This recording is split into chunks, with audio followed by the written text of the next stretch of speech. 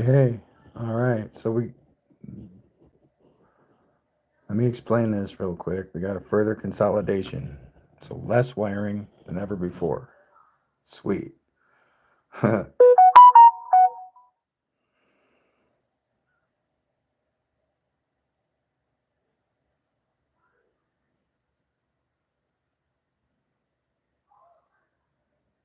Noah, what's up? The cool news is I can charge my phone through the mic setup, so that's good.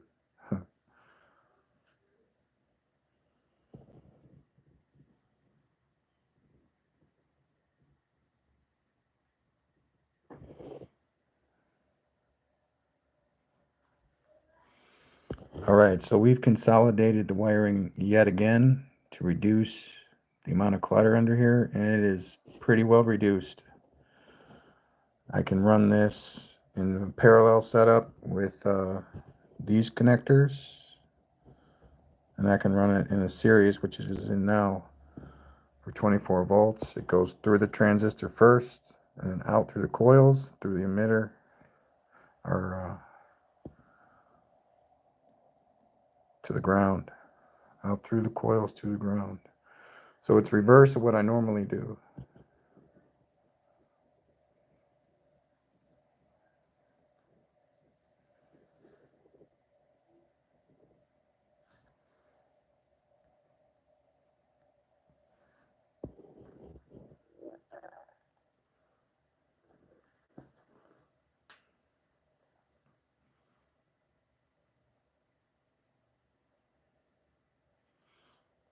So are you writing out that comment there, Noah, for me to utilize? There it is. Hey.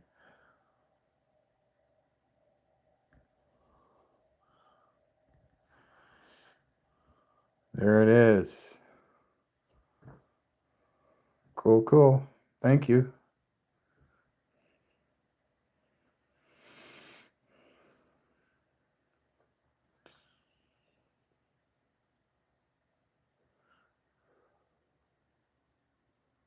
Great. Noah, thank you so much, man. I appreciate it. All right, I'm gonna hook this up on the tripod real quick. I bought us some more time this time.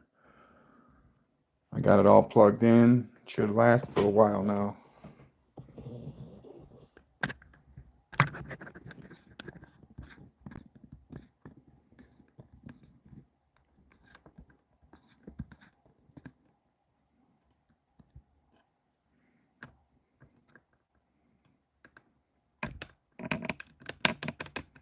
All right, so we have two things going on here. Two hobbies, basically. We've got the left brain hobbies, which require math and well, this is both. I would say that the counter rotating pulse motor is both right and left for sure, because it's art and it's crafty too, man. It's both.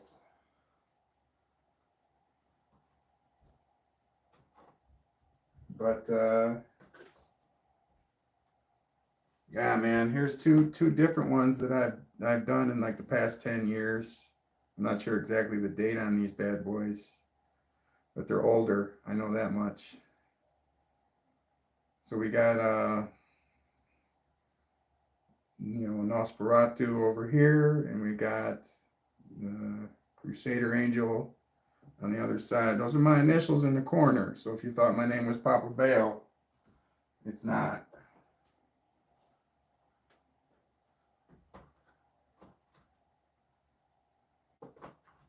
And Bale has a pseudo.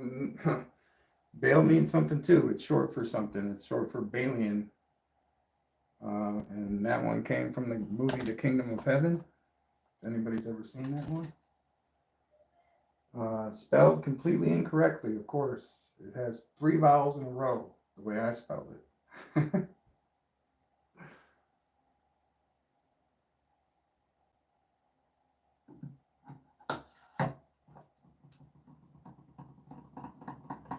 So that's counter rotating. And it is going in the transistor first. The power goes from the battery to the transistor, through the collector to the emitter to the coils to the ground of the battery. And it is a series connection, so it's 24 volts right now. It won't even run on 12.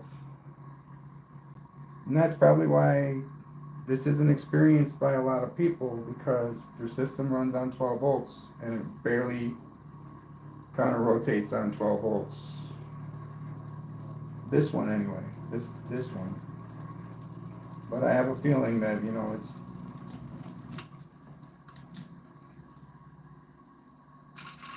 a common problem. Whew! Wow, my thumb is hot. Anyway, let's take a look under the hood. We started there, but we're going to go back to that.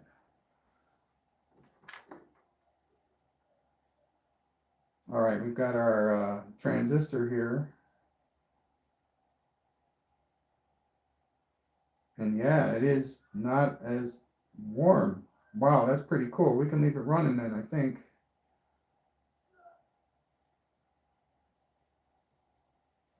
Not have to stop it so often.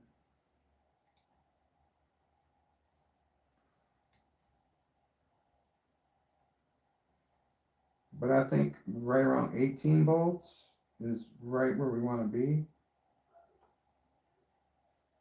So maybe a double 9-volt setup of like a rechargeable setup. So maybe a 4 battery setup. So you got, but I don't know how the batteries work. I heard that the SLAs are pretty much the only one that can handle the Bendini spike. And as far as I can tell, they're not even going to fit on this. So that is,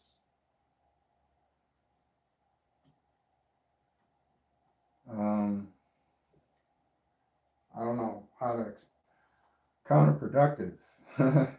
Got to find a way to get a smaller battery to work with this, and then it'll charge itself basically.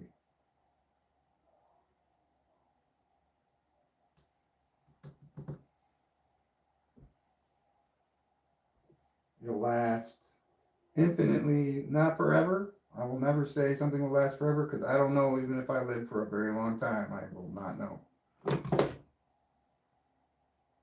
But if there's 2 battery setups and one's charging the other and the other's charging the other, even if there is loss of any kind, that's going to prolong the life of the motion for a long time. Straight up, that's a fact. Is it free? I don't know. It's not my debate. I don't like the word free. I think everything kind of has a cost, or at least a duality to it. There's always a counter. There's always a counter.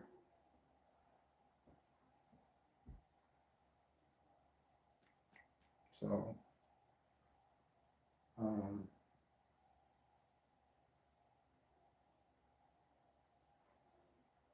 least in what I've experienced, like the counter rotating pulse motor, there's definitely that law being expressed here, because you don't need a stable situation here. You don't need this to be sturdy. It can spin and it'll still work. It'll work better. Sorry, I keep bumping the mic. I know. I apologize. But I get excited and I get loud. So I try and keep it at least a distance from my mouth.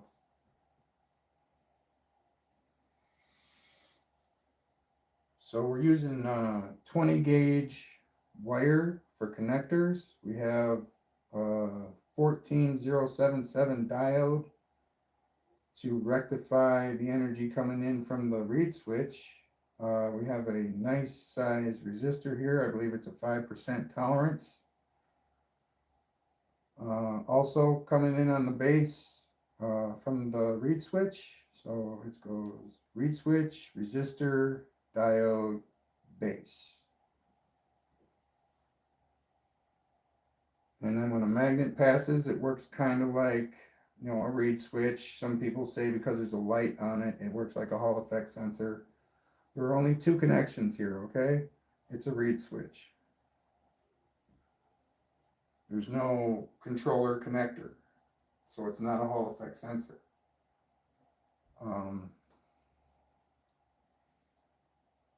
There is an indicator light showing when the reed switch is closed. So when the circuit closes and it connects, this light will light up, but everything's lit up when it closes.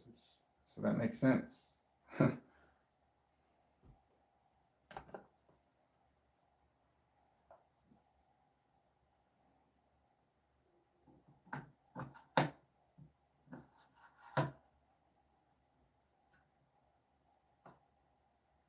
Huh. Something's not right there. Oh, of course. Keep on doing that. And it's just a safety precaution. And I don't think I need to do it anymore because of the way I have it hooked up. But I take the transistor out just so it doesn't, like, if it gets stuck, the amps will flood. They go up. Say the reed switch and the transistor get stuck. Then you got a 20 gauge open circuit, or, you know, it's closed, perma-closed. 17.5, 21 amps, you know.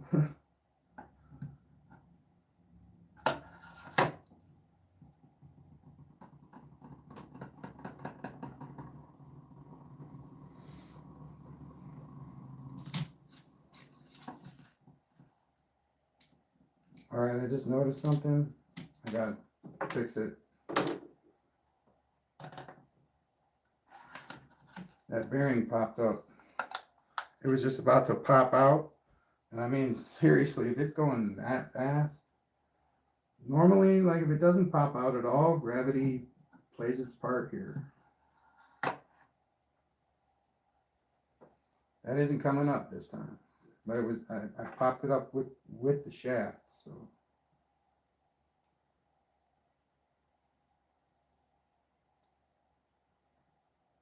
Oh, dude.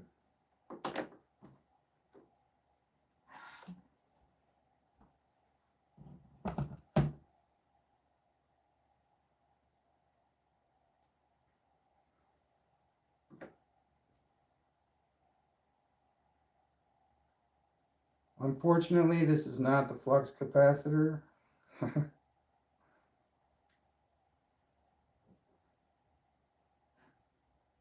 believe that whole thing like ran on nuclear fusion or something. No, I'm kidding. I have no idea. I know it's part of a movie. Time travel. Stuff like that.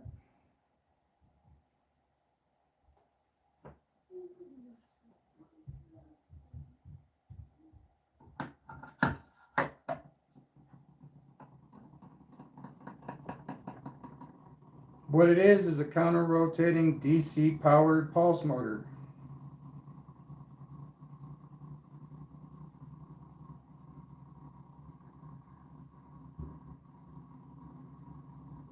Run on 24 volts.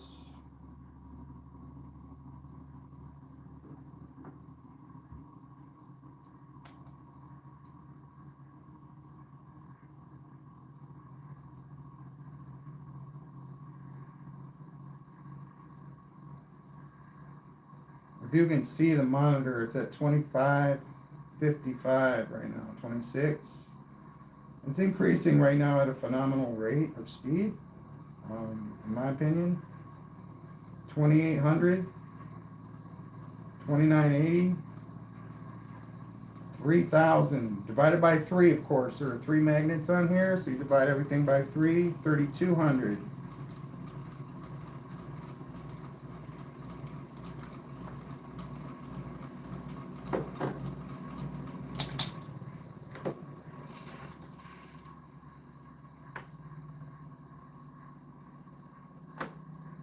So right around 1,111 RPMs, I kind of cut it down. You saw how the shaft was shaking. You know,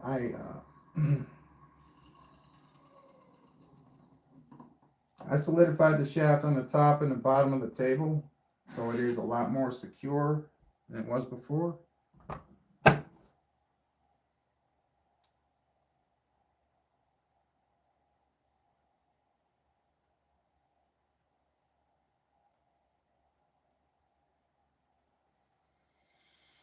All right, so that's that. That's cool. I mean, I love this thing. This is awesome. And the reason it all looks like the flux capacitor is I work with 120-degree circuits, 120-degree coil positioning. So yeah, I mean, it does. Check that out. Crusader Angel, pretty cool. Nosferatu, another cool one. They got to be at least right around 15 years old, something like that. They're old. Well, they're different time frames. I like this one. This one's 2 years old.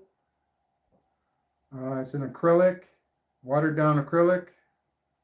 It's awesome, I think. It's makes you think a little bit.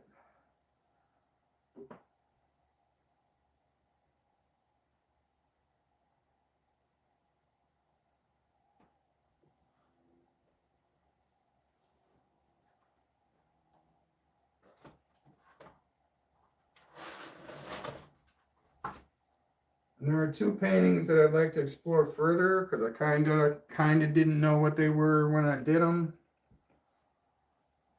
This one here, you got the cave by the swamp or the sea. You got the waves crashing up against the shoreline here, or you have a desert Joshua tree, a sea of Joshua's here. You got the rolling stone. You got the two sets of footprints right here. The two sets of footprints coming out of the cave. Okay, that's why there's no footprints on the path here, because these people are coming out of the cave. And that's freaking cool, man.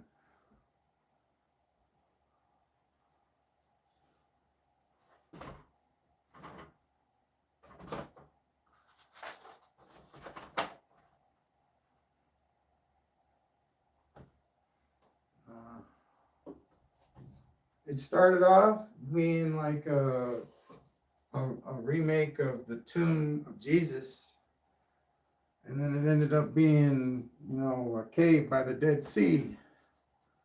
This is a motor. I didn't know that at first, but it's a painting of a motor.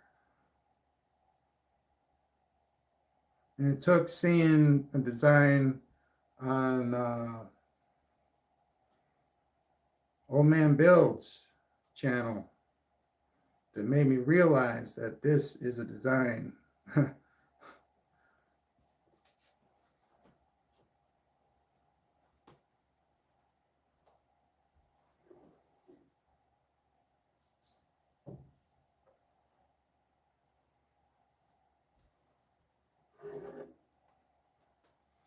I paint on wood too. This is an acrylic on wood. I love it. It's just a really quick doodle of a water wheel mill. So, and the water's kind of flowing up and it's curving around, but whatever, dude. I love it, dude. It's great. It's a great way to release, man. And then building this stuff. So like back to the right and left thing, This you need more left. You need more left because it is pretty mathematical. You can figure it out and make it run the way you want to if you do the math right. Before you even build it. I mean, that's the cool part. But if you stop at only doing the math, I mean, what's the freaking point anyway?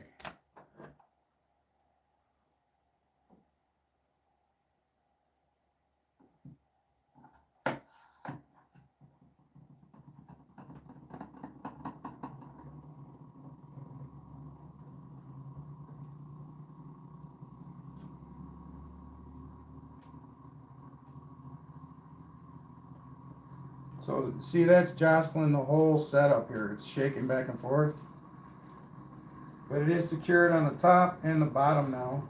So it's a lot more sturdy than it was, like I said.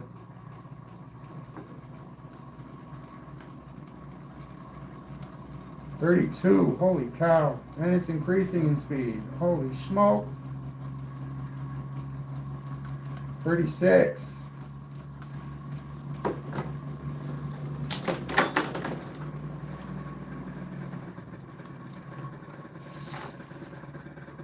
Woo! And this is why I want to demolish an RC vehicle of some kind and get the technology out of that to get a remote for this thing, because it kind of needs one. It needs to be wireless. It has to be completely being able to be turned off wirelessly.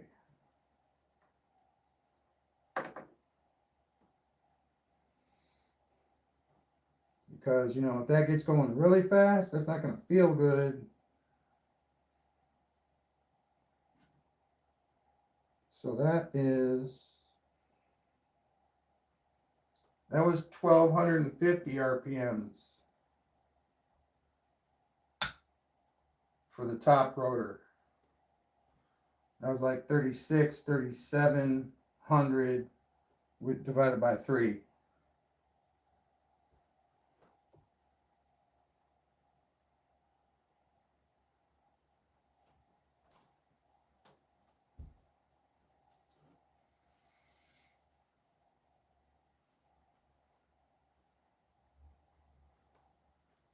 Here's a few more motor designs. The basic one here is that every coil is different.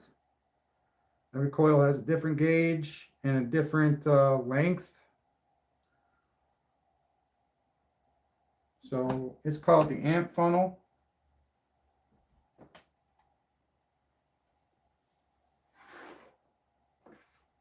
We got the 369 pulse motor generator, okay? There are 9 magnets around.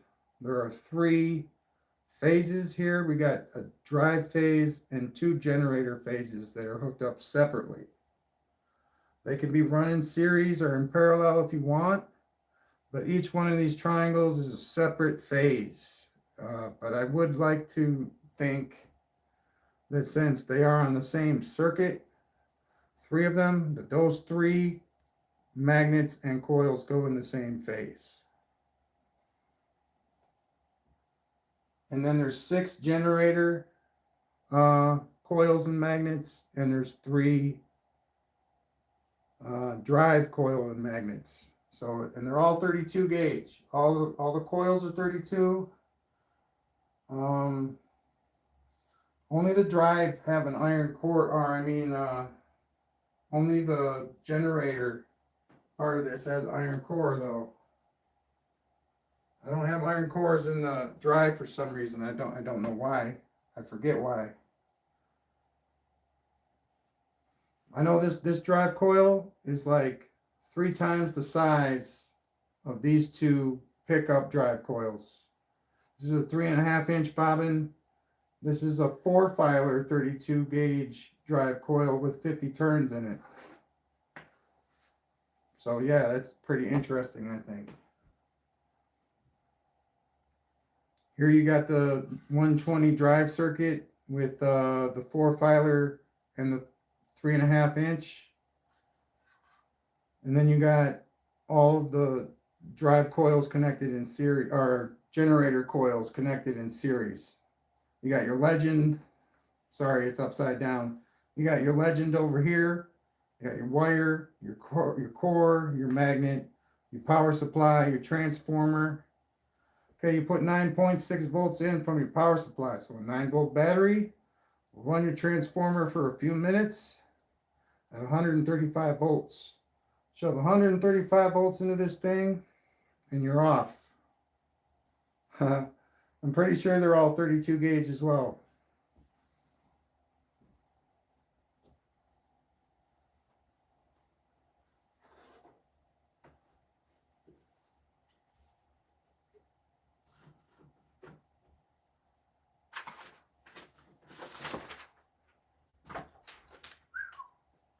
It's a little tight. That's all right. Here we go. We got the amp funnel in a different formation. And this is easier to read, I think. You got your 14 gauge at 80 turns. You got your 16 gauge at 250. You got your 18 gauge at 180. You got your 20 gauge at 666. And you got your 36, 30, and 32 gauge trifilar coil at the last spot there. 6 magnets on the rotor, so you could use this little baby right here.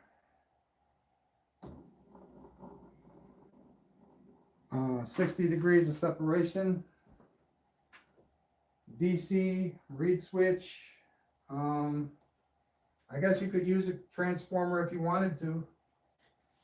Doesn't say you need one though.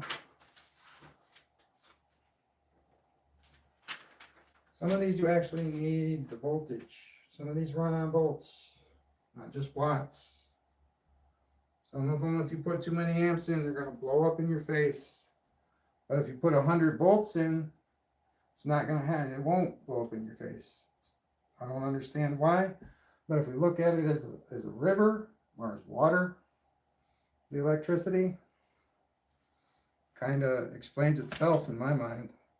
You either get a torrent river or you get a placid lake, but it's the same amount of wattage.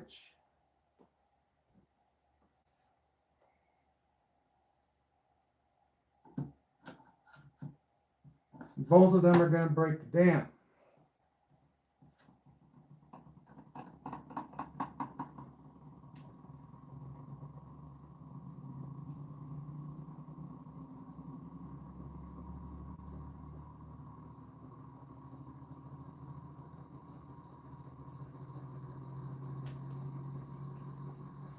So I love the way it runs, the way it's hooked up right now. It's so good. It's better than the way I've been doing it for like the last 2 years.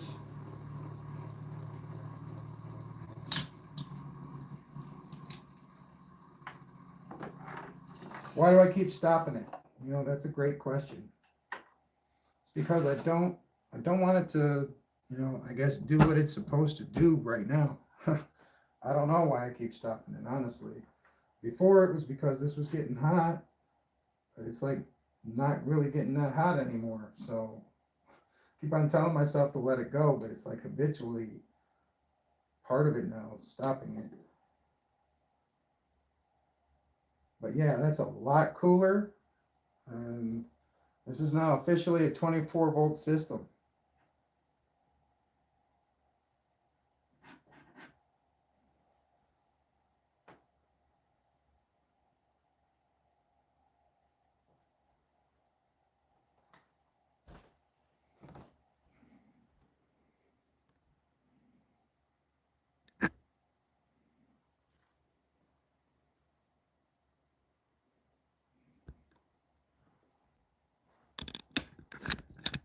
Just a second, folks.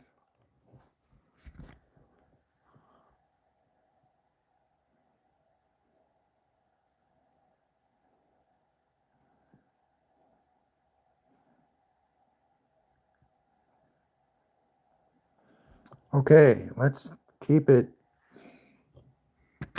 pulse motor related, people.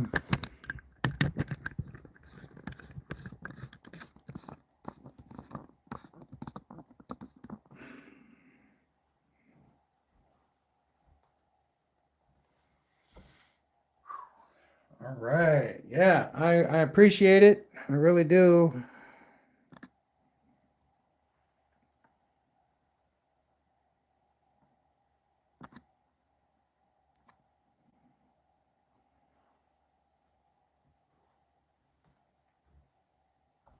I just was tired of looking at it. So I apologize. Maybe I did that wrong. I'm not very savvy with being a moderator, but yeah, nobody else wanted to comment, so that had to happen.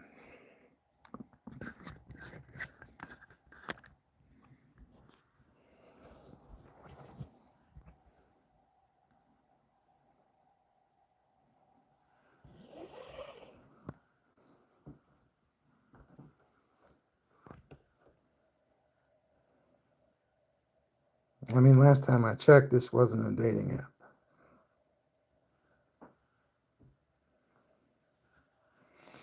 So, yeah.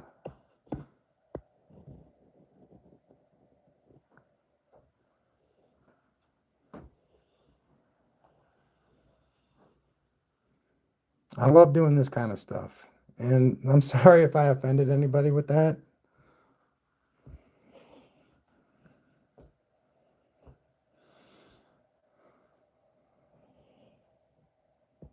But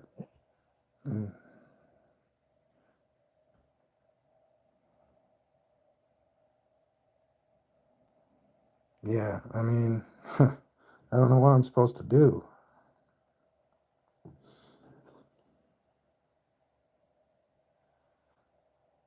in regards to this stuff.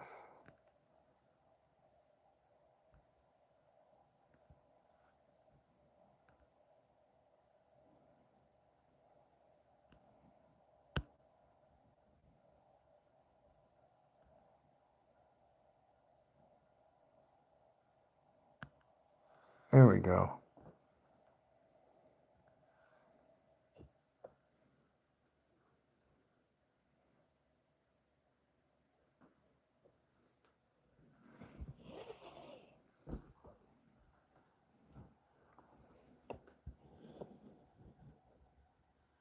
What's up, Mike?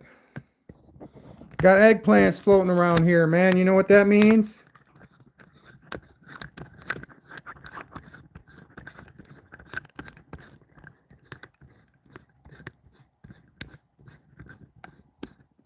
Sup, sup? Heck yeah, man. We got further consolidation. Sorry for hitting the mic. It's in the best position currently. But I shoved the 20 gauge into the breadboard and we're ready to go.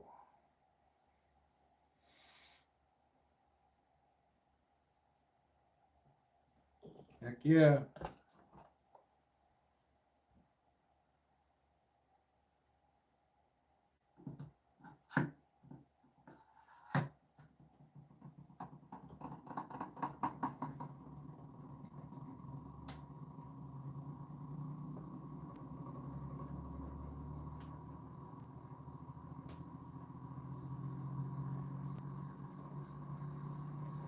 So we are currently jostling the hell out of the table. That's going to slow down in a second, I hope.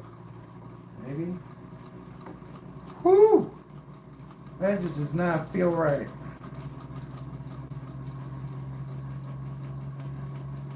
35. 38. Holy shit.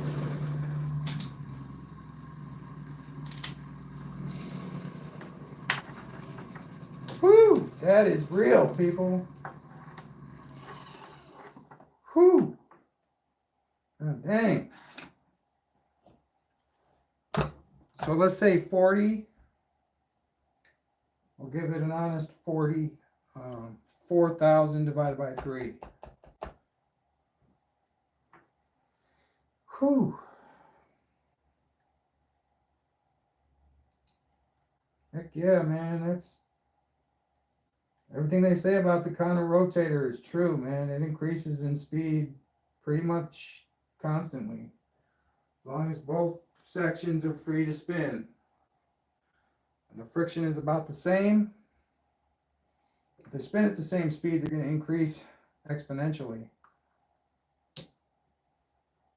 But the bottom seems to always be spinning a little bit slower. And it's probably because of all the drag on it, but I mean, of course it is. But wow.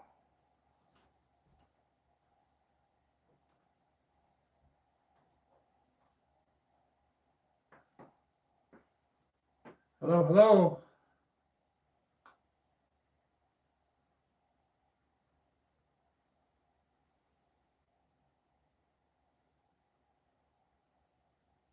It is a counter-rotating pulse motor of DC variety. So this is the stator. As you can see, it spins pretty freely.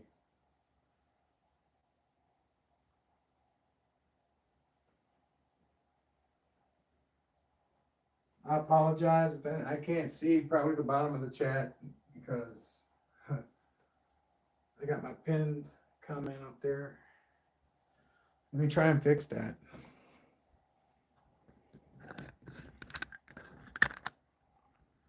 We'll get a close-up of the stator.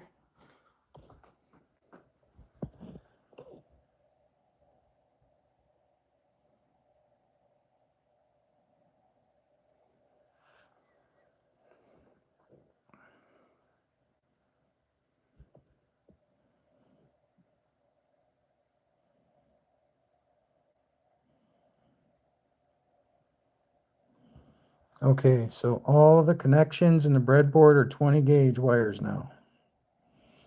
And you got your resistor and your DC diode hooked up to your reed switch connected to the base of the transistor. You got your positive end of the battery connected to the collector of the transistor. You got your emitter connected to the coils. You got your coil to dump into the ground, and that's that. You can put as many or as few battery, doesn't matter how many batteries. I recommend you go 18 volts or more with this. It won't run on 12. I put this in parallel, and then the top will spin, but the bottom won't. And these are 12-volt battery packs, so it's got to be above 12, probably above 15. I think right around 18 volts will run this pretty well.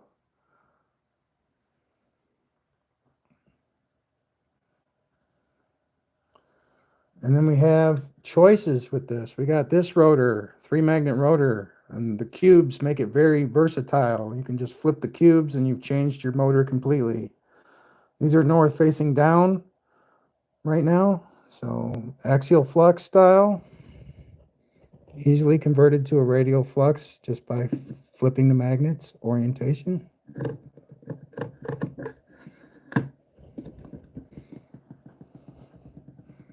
Sorry about that angle. All right, for the future, I'm going to have a camera pointed angled downward from the ceiling, maybe on the center rail of my house, so we get an aerial view. I might bring my stool in right now so I can sit on it. So this one actually runs a lot fewer amps than the big magnets. And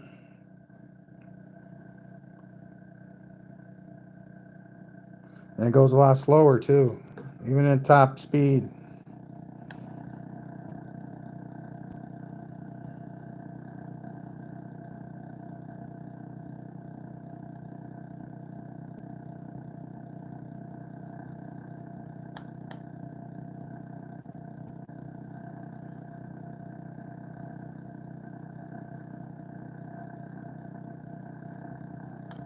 It's about 470, 470. That's a lot less. And it is because of the power and the size of the magnets involved.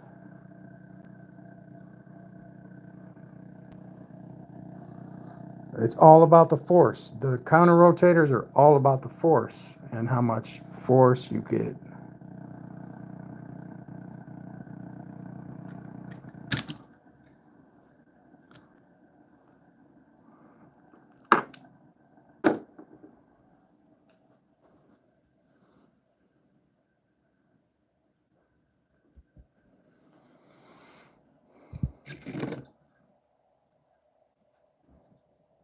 All right.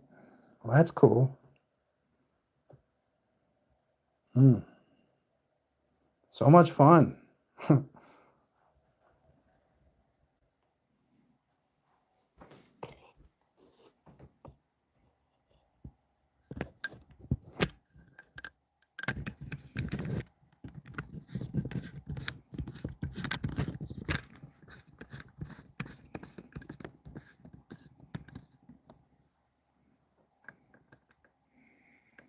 So, a question about the right and the left brain, just to throw it out there, because this is more left brain. Like I said, it's more math oriented, it's more exact. So a left-brained person, which brain do they got to work out more? Which brain should they use more? The right or the left?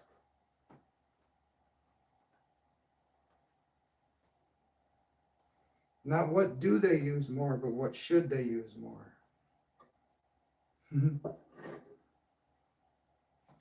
Obviously, the left-brained person needs to use their right brain more.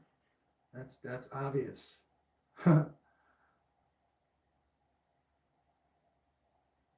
Do they? Probably not, because it's the path of most resistance. It's hard. It's not easy all the time.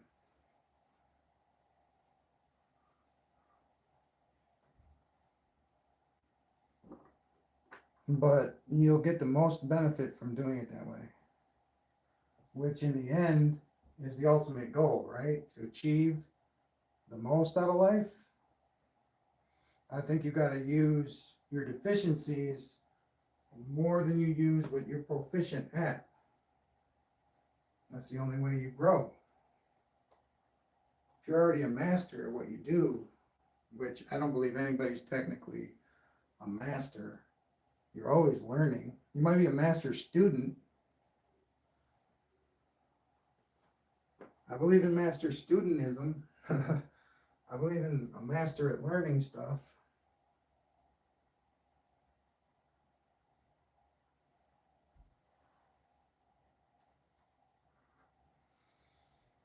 But as to know it all, I don't think anybody can know it all.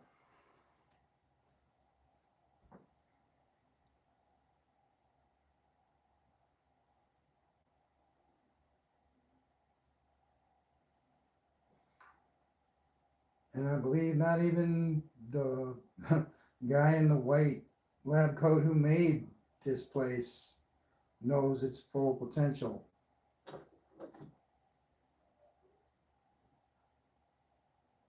Nobody knows. That's the cool part.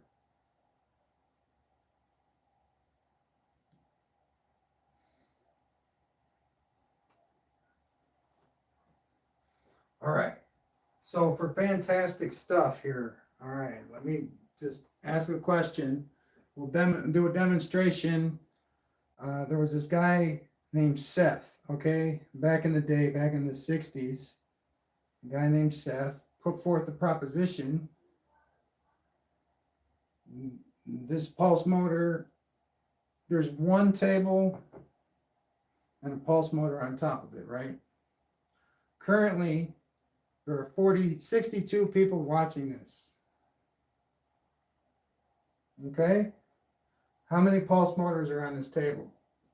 How many tables are there here?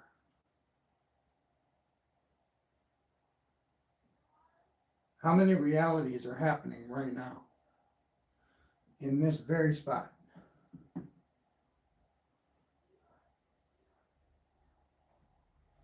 It's like if there's a lamp on a table in the middle of a room and you let 1,000,000 people into that room, there are now 1,000,000 lamps and 1,000,000 tables. Everybody's perspective on that lamp is different. Okay, the way everybody's looking at it is totally different, even though it's the same lamp. So I don't know. There's food for thought.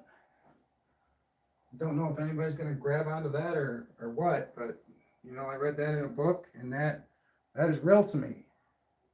Your point of view matters. It doesn't, it does.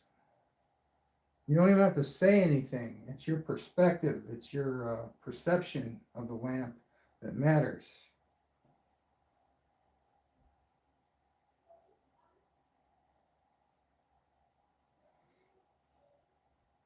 Because, from the center, radiating outwards, this occurs naturally.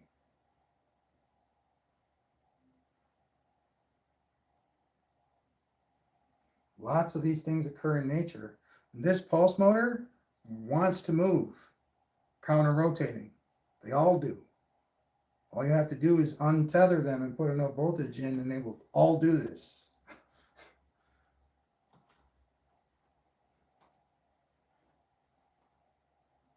That's my hypothesis.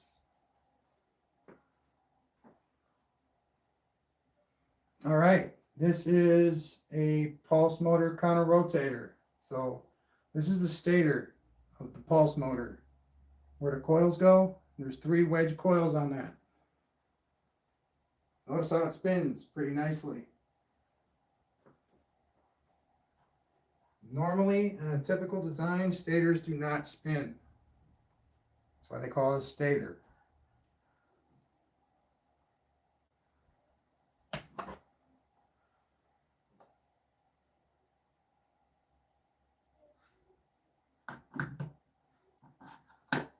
Here's the rotor.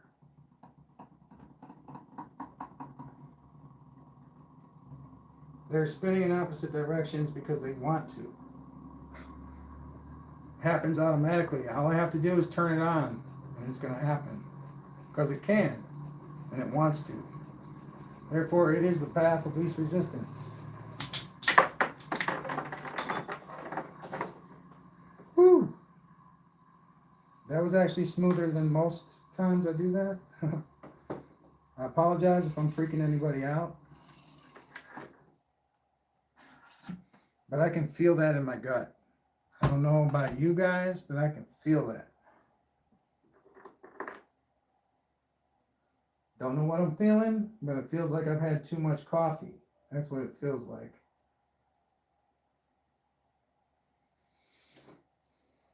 It's a nervous feeling, an uncontrollable, nervous feeling. It's like literally having like a 400 milligram caffeine trip.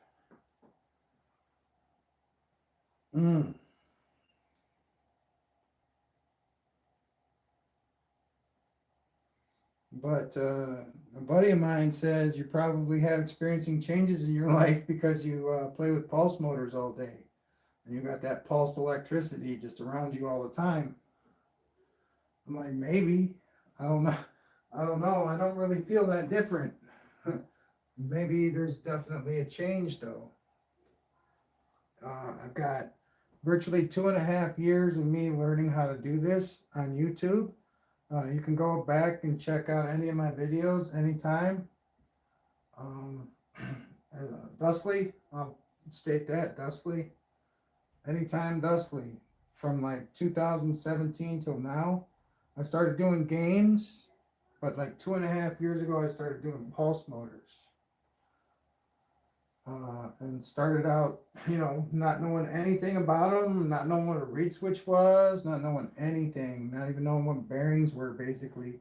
I knew nothing about it. My dad worked in the Navy. He didn't build anything. I figured this all out on my own. With the help of a few friends, good people, the help of good people.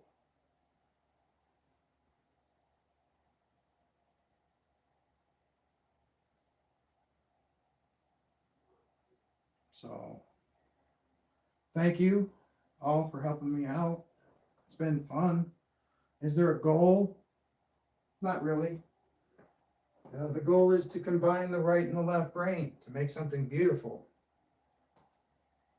that functions in both atmospheres. That's the goal.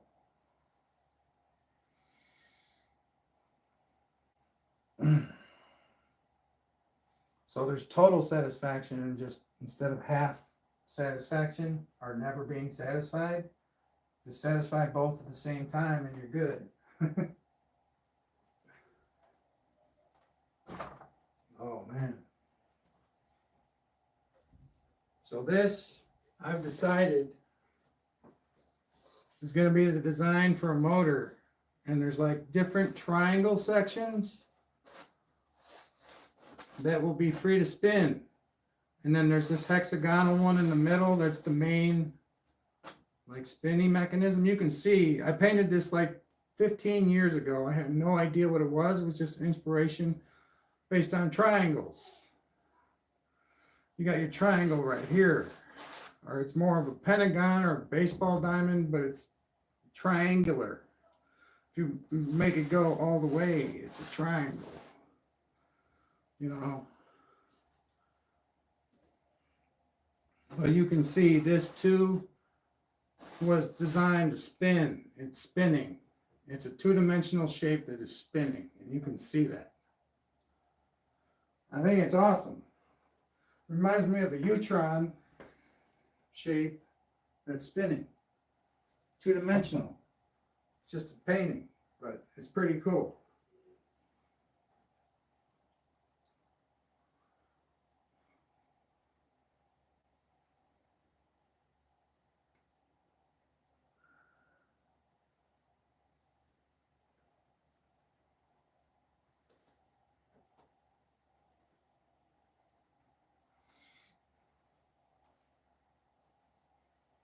Yeah, if you need more of a purpose than that, make one up.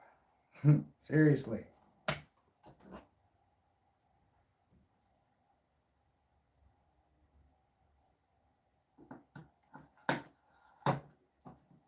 Because at this point, that's all you're asking me to do is to make shit up. I literally am doing this as a piece of art, basically.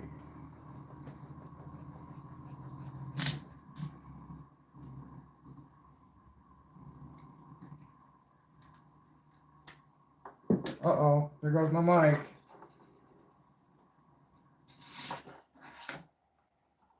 So maybe not the best spot for the mic on the floor.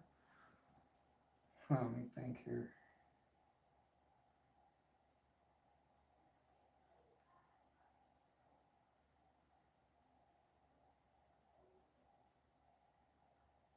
All right. I found some transistors that like my equipment.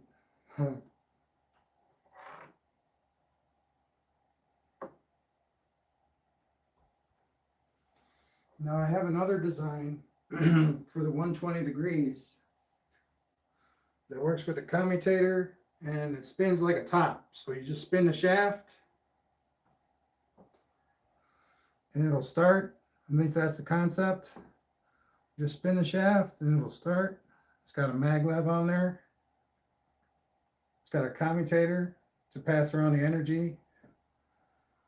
You could attach a battery to this easily.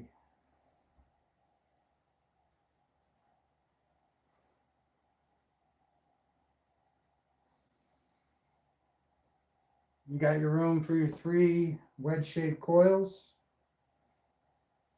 Now, does an axial flux motor have to have wedge-shaped coils? No, it doesn't. Absolutely not. It can have round magnets, it can have round coils. It's just the orientation of the coils. They go with the axle, so it's axial. These ones are radial because they push into the shaft like so instead of up the shaft like so. Hello, Peter. Welcome, buddy.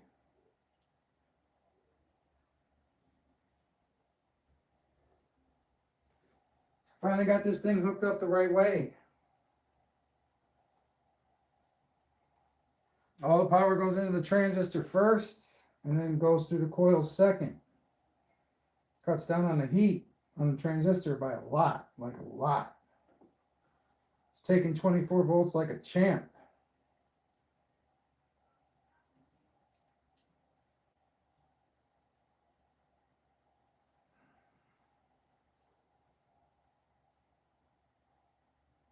What does that mean? Better job. What does that mean? Thank you, sir.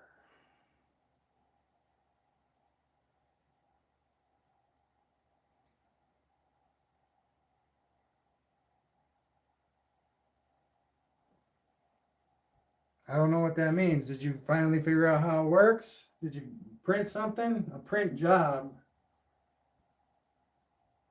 Ah, sweet, man. Good for you, dude.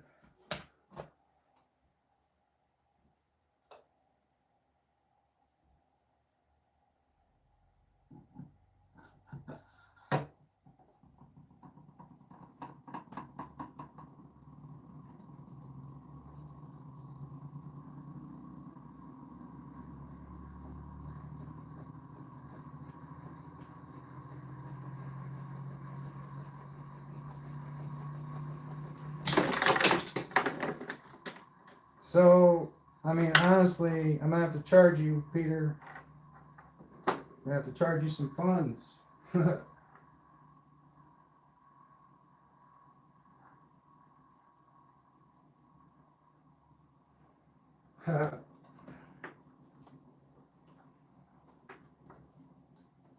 Yeah, for advertising on my channel, buddy. That's not free. I'm just kidding. I'm joking, dude. I said you guys could do that. I encourage it, honestly. I mean, Mike comes by and he drops his live on the first thing, man, I saw was his live on my live. That's the first message was his live on my live. So I'm like, yeah, and it's cool. But you know, we gotta renegotiate.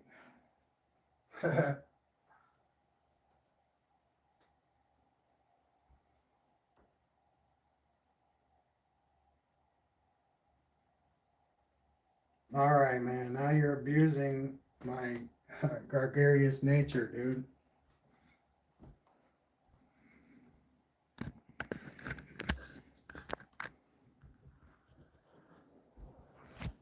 That's not funny, bro.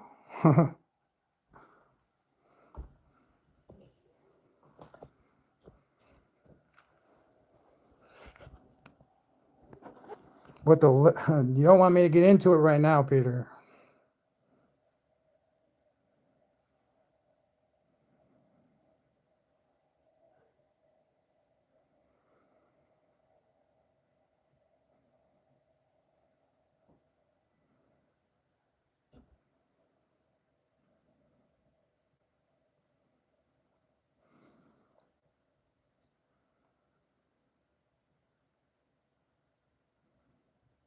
Thank you, sir. I mean, literally, dude, you gotta be around more to get those privileges. And I don't mean stopping by here, dude. Those privileges come with you coming around more often. But, you know, you made some of your opinions known, and I don't know how to feel about some of that shit.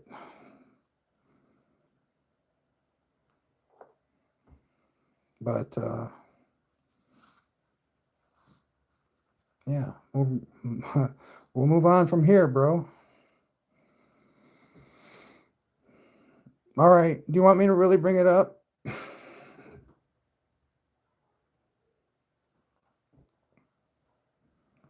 All right. You said my channel had been overrun by children. And then that was the reason you wanted to leave as a moderator. Who are you referring to?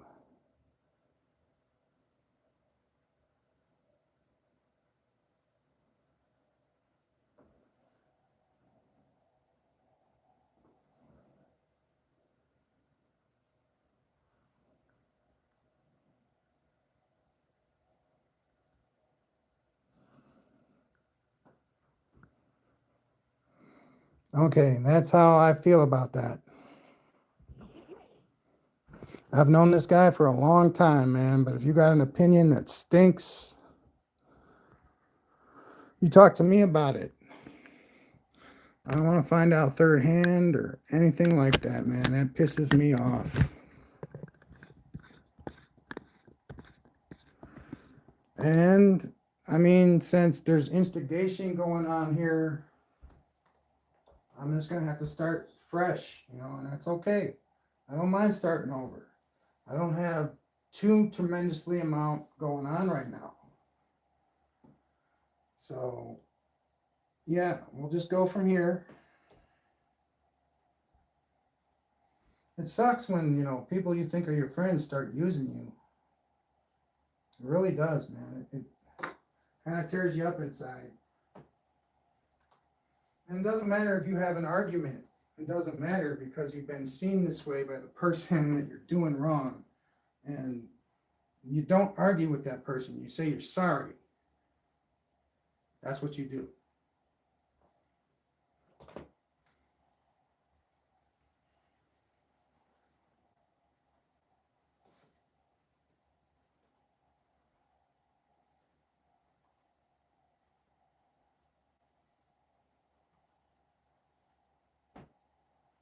And unfortunately, because of this, I might have to get rid of everybody. Like I said, start over.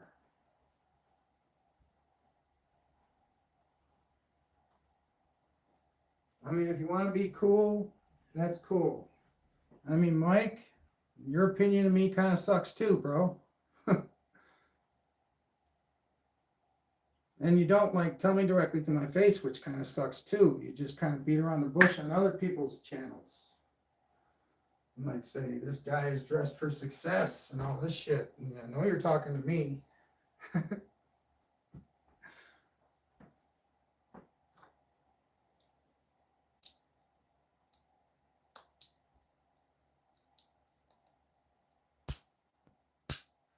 I don't like people who don't like me, dude. It's simple.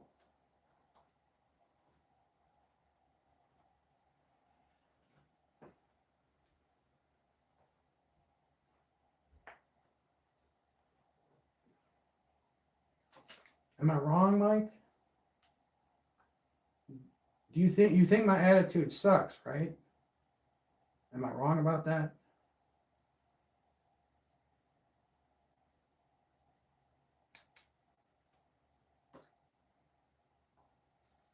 You can clarify. Am I wrong? You think that I will be unable to succeed due to my attitude?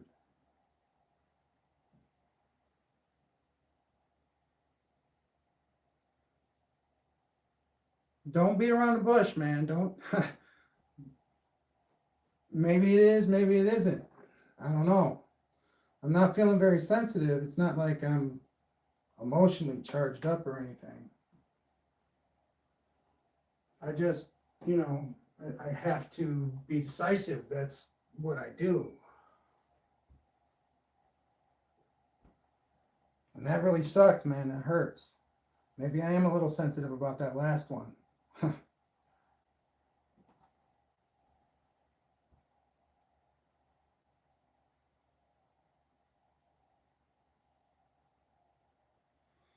It's not about the money. It's not about being monetized. It's not about taking the channel seriously, man. This is about just, it's not about that. It's not about, this is about me. And if your opinion of me is bad, we can either like, you're not on my Discord, man. You should probably be on it.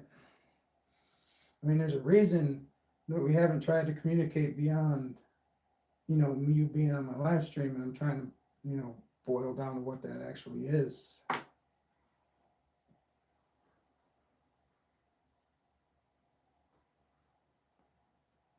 Who are you referring to as an idiot, Mike?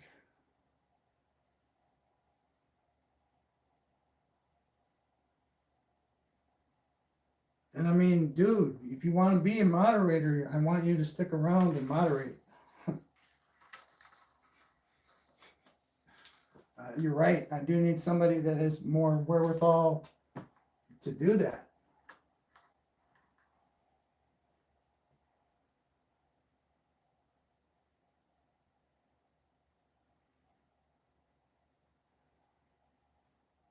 Oh yeah, no doubt. That guy was Does he pop up in your guys' streams? I don't know. I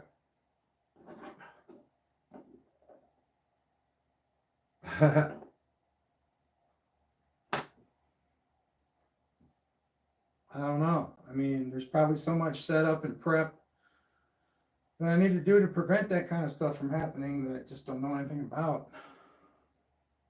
Nah, I get you, Mike. You're busy. And that's cool. And that's basically why things are the way they are now.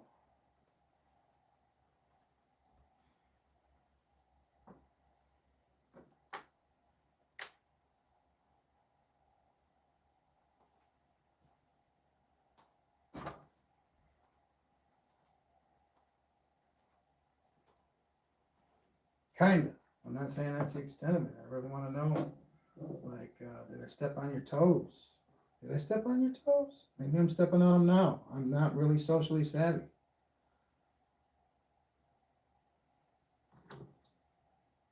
don't recall what happened, but you know, nah, man. It's not about the the idiots in the chat, dude. It's not about them. They're easy to handle. You just hide them and it's all good.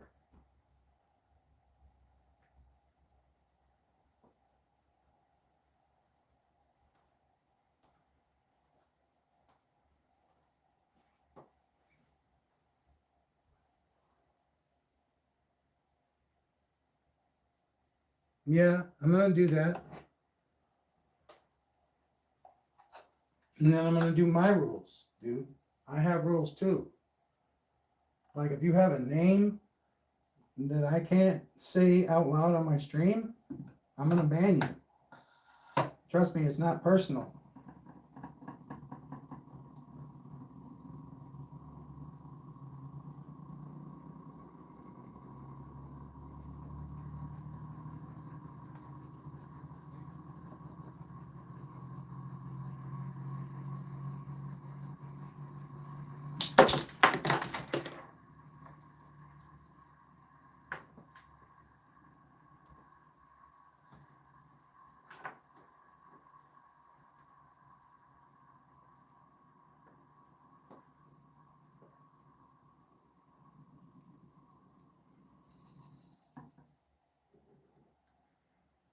I got 3 rules.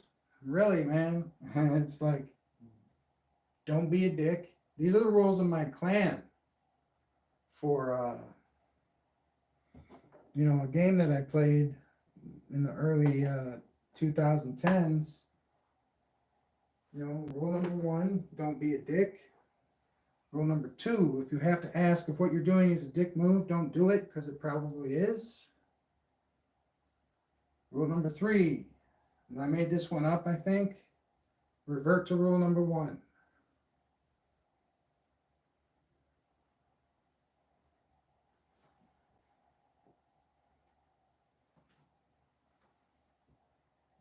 And I mean, he basically said that my channel had been overrun by children on my channel.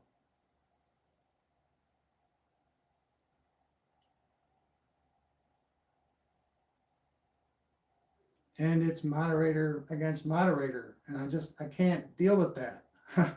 That is ridiculous on all counts.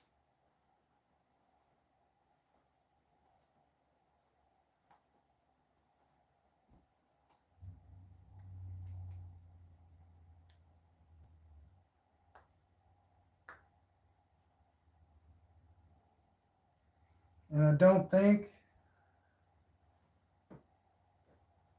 that it is anybody's fault necessarily. It's just an incompatibility, and it's totally my fault. I take 100% responsibility for that. And actually, I didn't invite Peter, and my brother helped me out with a lot of this stuff, so I don't necessarily know what's going on with all the moderation and stuff, but I'm learning slowly but surely.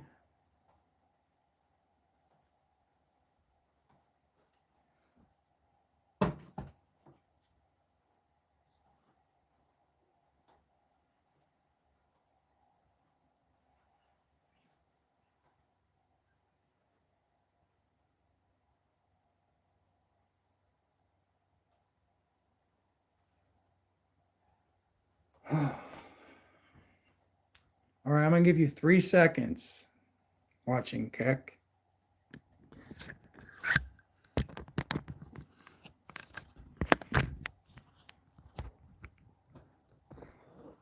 Starting now. 1, 2, 3.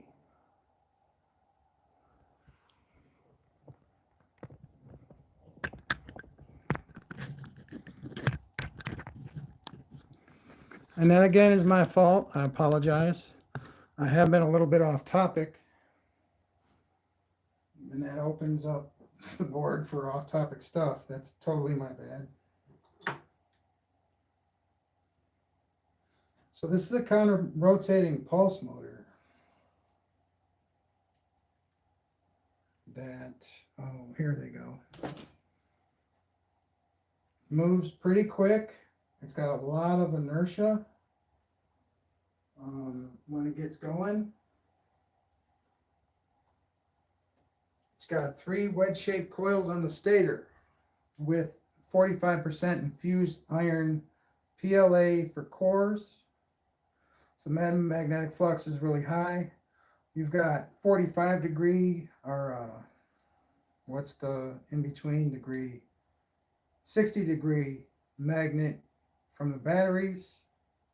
So there's magnetic flux in between them as well. Just saying.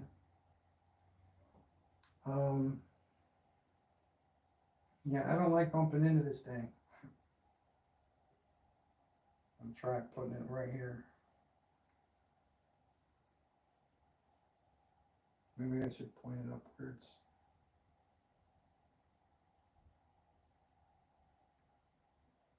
There we go.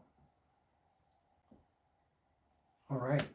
So we've got the reed switch hooked up to the base of the transistor.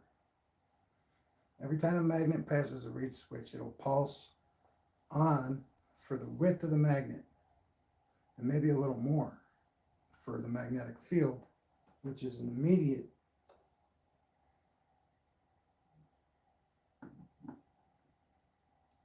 reaction. You can see the light maybe go on when I put the rotor closer to it.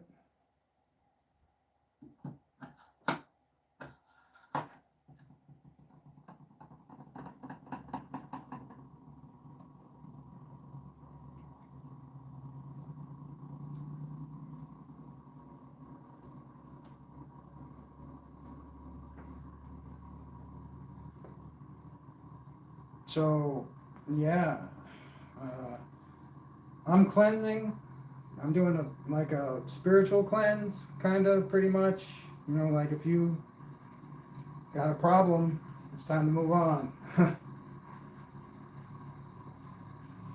That's okay.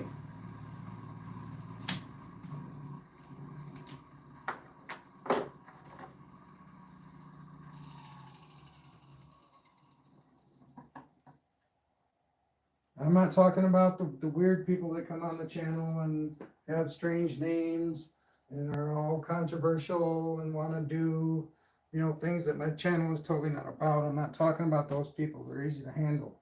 I'm talking about the people that are supposed to be my friends, basically. And they just end up, I'm not going to judge based on what I know because it's barely anything, but I'm going to leave it at that. It's barely anything.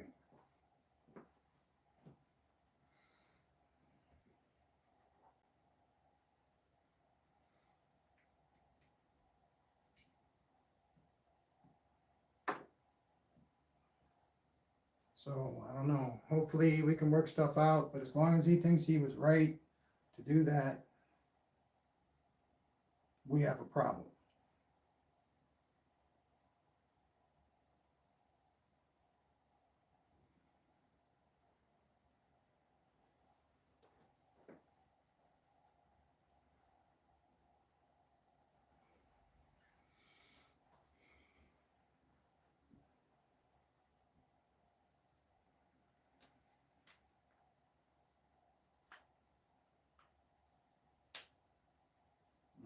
My knuckles feel like they, ugh.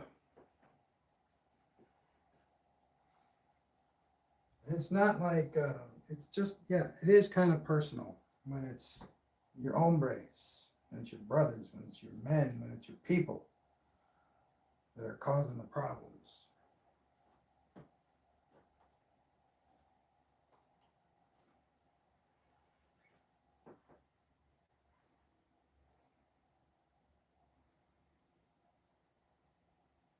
And me, the reason I know that this is what it is because I've had my head in the frickin' pulse motor explaining it for the past 5 streams, and everything's gone to hell in a handbasket.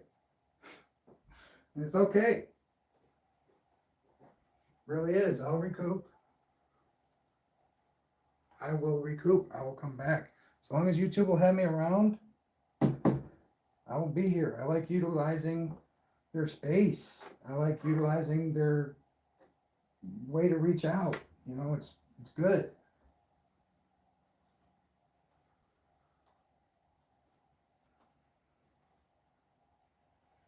But, you know, me personally as a person, I have rules too.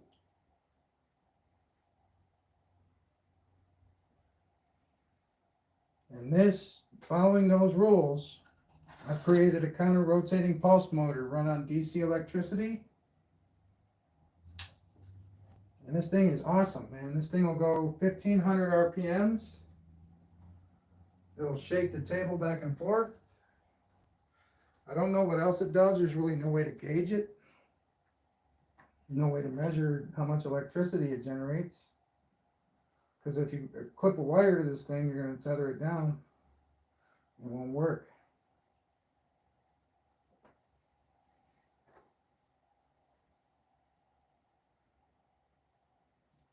So I apologize again if I've been too loud. I'm experimenting with the capability of my microphones.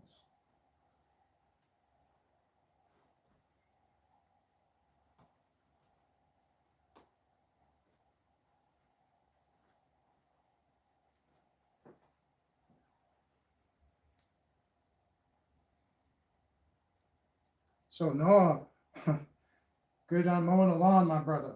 But you know, I come to realize that you know, Peter says he left because of something that you did.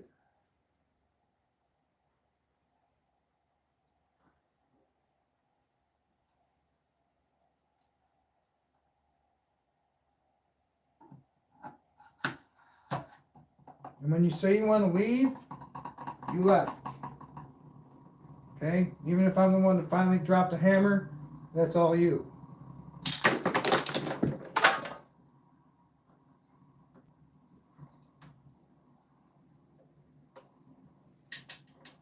If I'm the one that finally pushed the button, all you.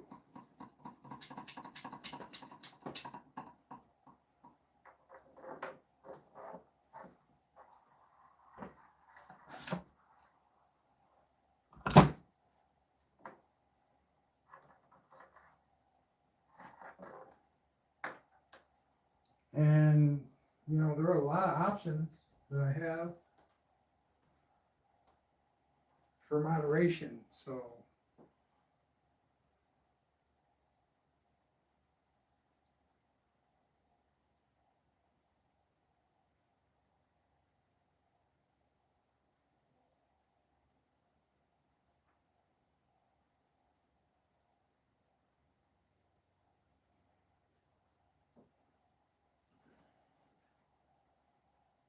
sorry, Noah, what does all that mean?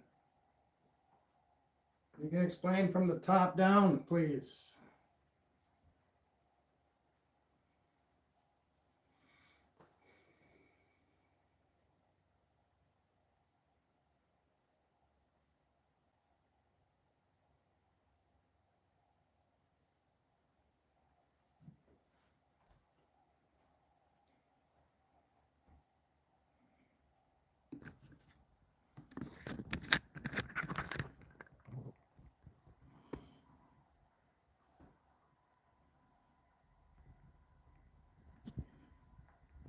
Uh,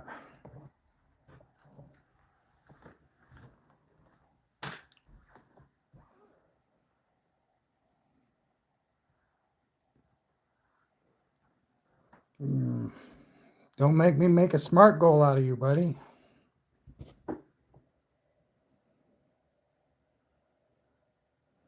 Yeah, why don't you explain what you just said? You took up 5 chat posts with sensitivity and stuff like that. So I need you to explain what you meant by that.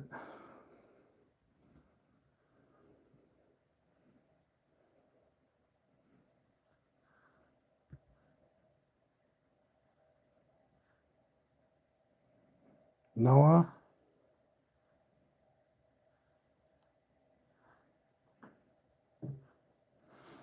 I'm begging you, buddy, man, explain what you just wrote on there. Who are you talking about and why?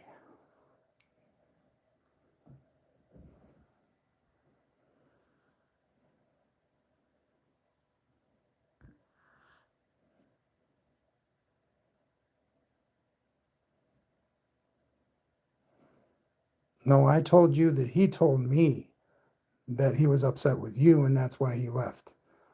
So since you can't even get that right and admit that you're wrong, I got to let you go, buddy.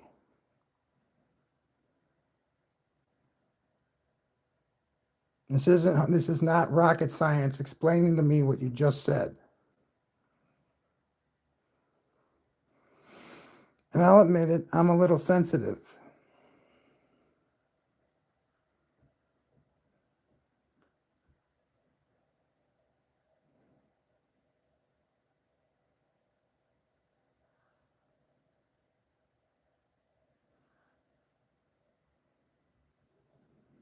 Yeah, man. I mean,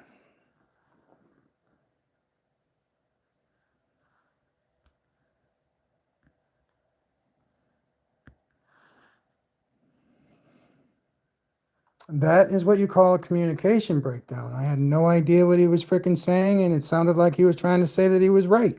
So, bye. I'm sorry. Just so sorry.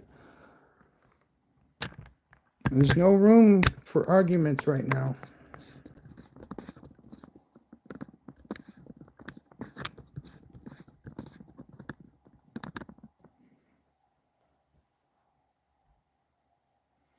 That's good, Mike. That was smart to stay out of that one.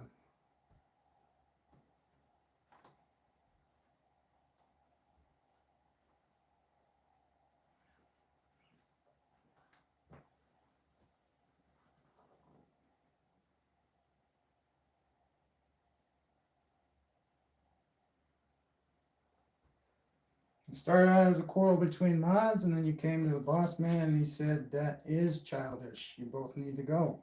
And you're both wrong. So goodbye.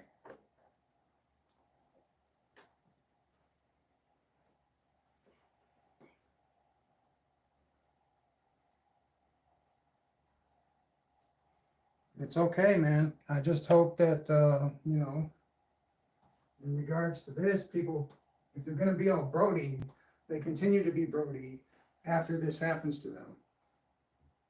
And if they don't care, then nothing really happened. You know what I'm saying? But if they care about it, they need to continue to be, the strong arm attitude that they've been being. Because if not, they might lose their momentum.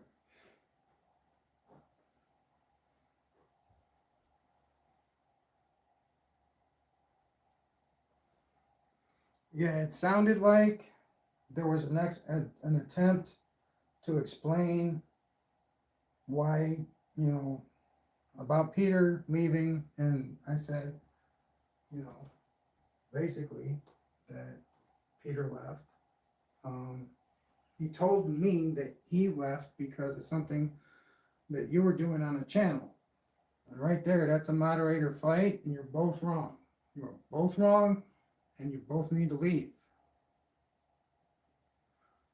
And it sounded like he was trying to, and I gave him, time frame to explain what he was saying. And it just sounded like to me like he was trying to, say that he was right. And I might be totally wrong about everything that I just did. And if I am, it'll work itself out. Okay? Things will move on regardless of whether I was right or wrong. I'm a decisive person. No, me. Noah and Peter had a spat. And I basically told them that you don't spit on my channel. This is what happens if you spit on my channel. Not you, Mike. I don't know why Noah brought you into that. That's why I asked him to try to explain that. I asked Noah, I gave him an opportunity to explain what he meant by what he said. Everything that you just said, Noah, the last 5 texts that you put into my chat, please explain that.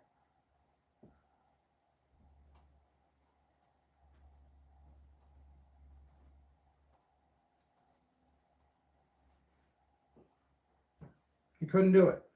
And if he did it, it was in a manner that I couldn't even fathom what he was trying to say. You know,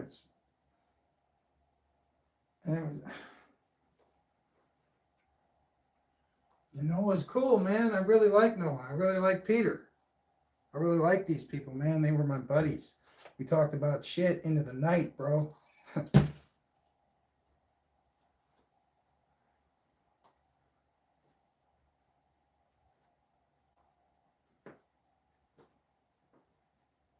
And like I said, man, if it's going to work itself out, it's going to work itself out. But I have to be decisive. That's who I am. I have to make a move. Whether it's to, tilt or yield, I'm going to make a move. And I felt that currently that was the best one. Because I'm fed up, man. I'm really fed up. And I can't have the infighting, man. It's like, I got people coming out of the woodwork with names that I can't say on my channel, and then they complain about, stuff that has nothing to do with pulse motors. I need strong moderators that are not going to fight amongst each other. I might ask Brian if he's interested in doing it.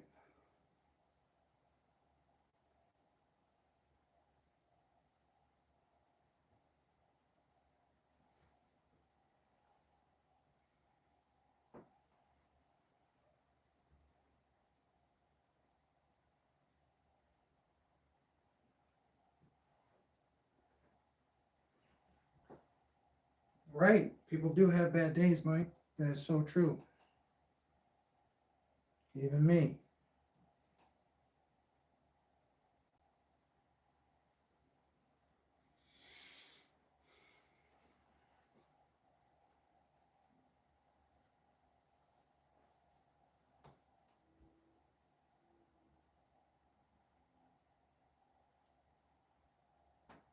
Oh, Mike, if you're referring to, how you draw, nobody had said anything yet.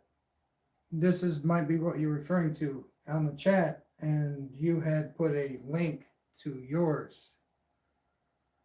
live stream, which I don't mind, but I mean, if you're going to advertise on my channel, you should probably drop, hey man, I'm going to put this on your channel. And I'd be like, okay, man, at least I know it's coming, and I don't have to feel any way about it. You could ask me, man, can I advertise on your channel? I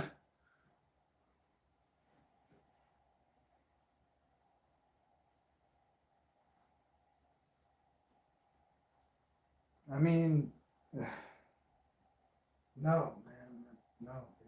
Dude. Seriously, that's the only answer to any question you may have right now. And I watched it. I watched it, Mike. It was awesome. And yes, dude, I'm crazy. Beyond a reasonable doubt. I see things more differently than most people. But based on what you showed me, this painting makes sense now.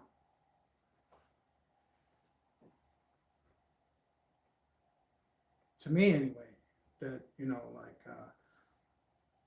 they came up from underneath. They came out of the cave. That's why the footprints are here, and there's no footprints around the path, because they came up from here.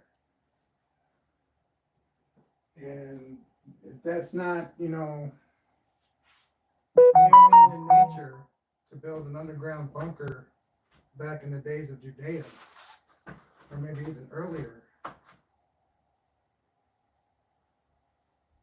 is, it's not human. It's you got help somehow, And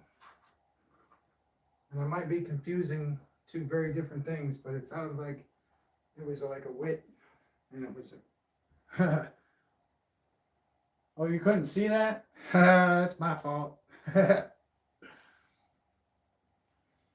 Anyway, to explain it in a nutshell, there's only two sets of footprints by the door because the people rose up from underneath. And, you know, like an advanced civilization, you know, ancient cataclysmic events that people knew were coming and did everything in their power to avoid. Hello, Mary. Hi.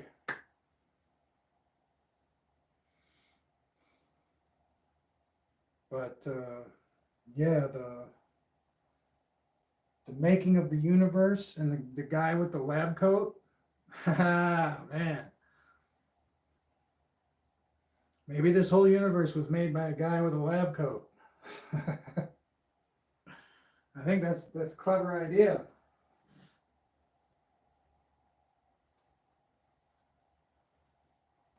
And see, Mike, I didn't know. I didn't have any idea. It was just a link, and I like it, and it's. I watched it,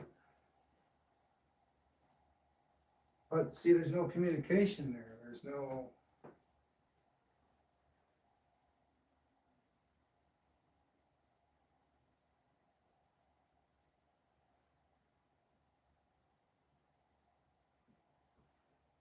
Because of the lack of communication, Mary.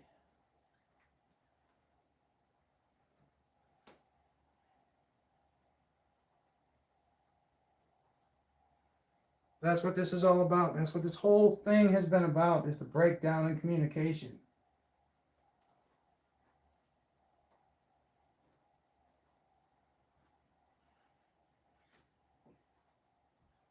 You had literally every opportunity to tell me what was going on. Huh.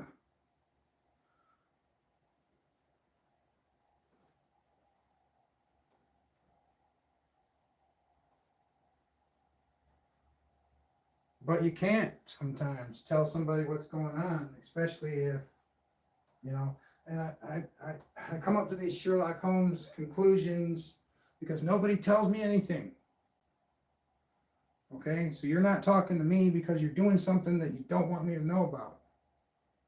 That's why you're not talking to me.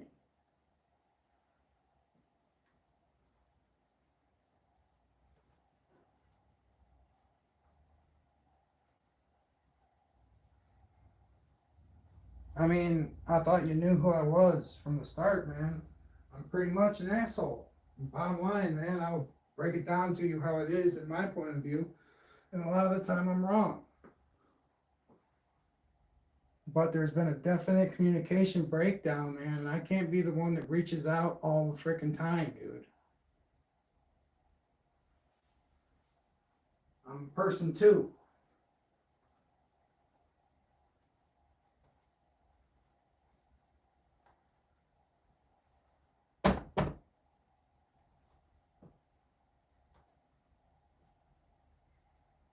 And I really don't think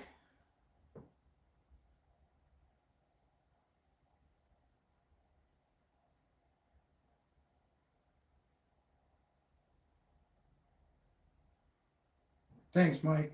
I appreciate that.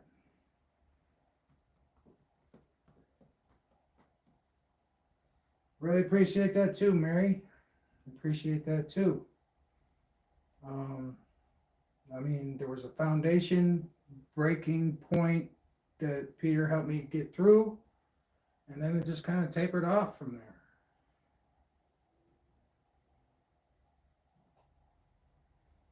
Yeah, man. Seriously, when you're talking about teamwork, I felt like I got left hanging. Seriously.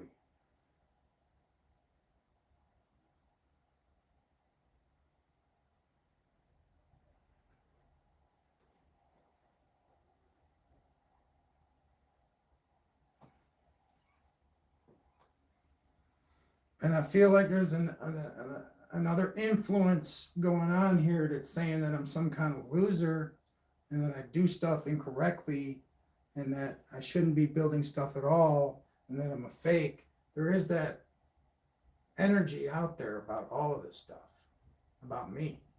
It's there. But it's bullshit. Sorry, I need the cat. Is he in here? Tiggs! Check there. Nothing. Yeah.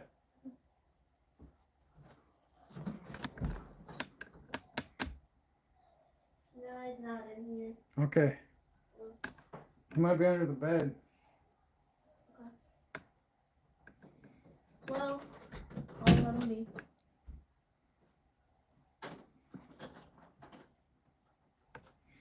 I encourage you to speak as long as it's productive. If you're just going to argue, I don't encourage arguments. I really don't. I encourage productive. I mean, if I'm wrong and you need to tell me that I'm wrong, please do. If I'm wrong, I will admit I'm wrong. Me too.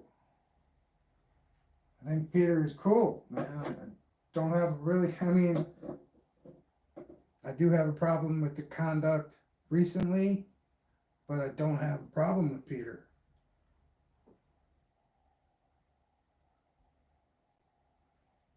And the channel is kind of a business.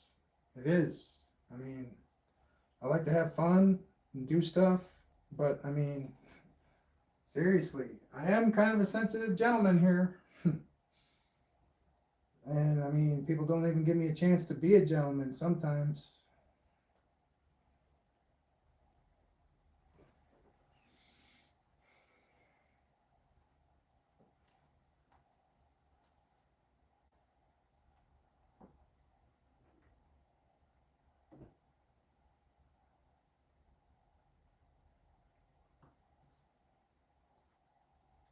Another buddy of mine is going to have another child soon. Children are blessings most of the time. Children are awesome. Children is where another avenue where true learning really begins.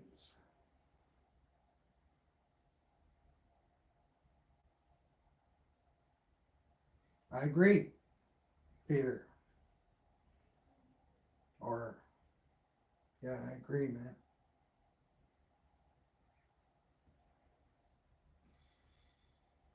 All right, so yeah, I mean, we can sort that out. That'll be fine, man. I just had to send a clear message. That's all.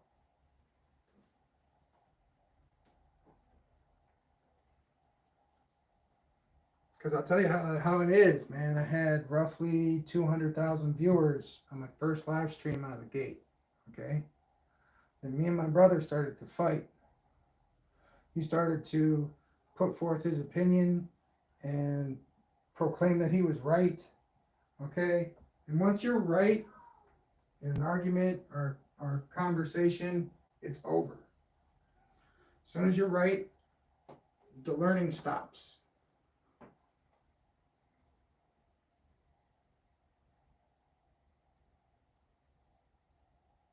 I like Peter too, man. I really do. But, just the whole way I found out about all this, came through a third hand.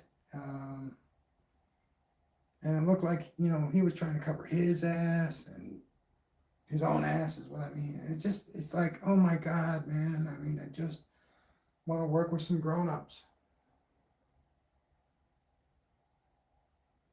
No, you're right. You're right. You're absolutely right, Mike. And I love my brother too.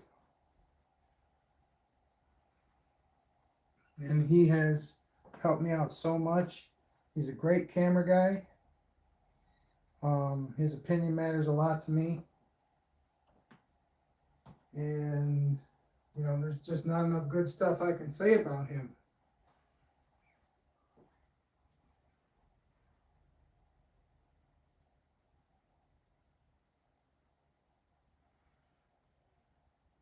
No, Mike, I understand that snapping really isn't worth it. But it's part of who I am. And I've lived with it for 44 years. I'm still alive. Yes, it is counterproductive.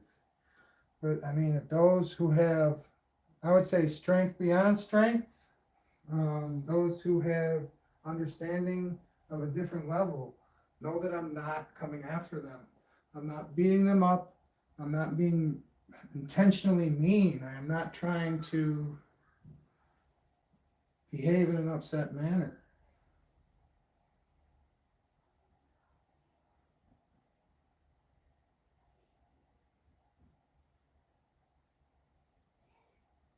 No, I did give people an opportunity to explain what they meant, but it has to be done in a timely fashion or not on the live stream. And yeah, if no one wants to talk about it, we will talk about it. But if he's going to come at me saying, I'll start off by apologizing.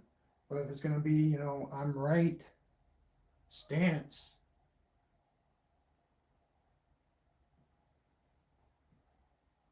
no, Mike. For the most part, I agree with you. But if you're going to take a stance that you're right, the communication is over. At that point, communication stops. The minute you are declare that you're right, but this isn't a legal issue, Mike. It's not it's not a legality.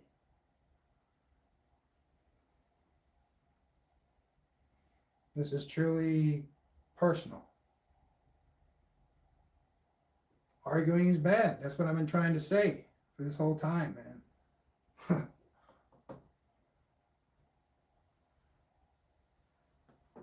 There is no argument, really.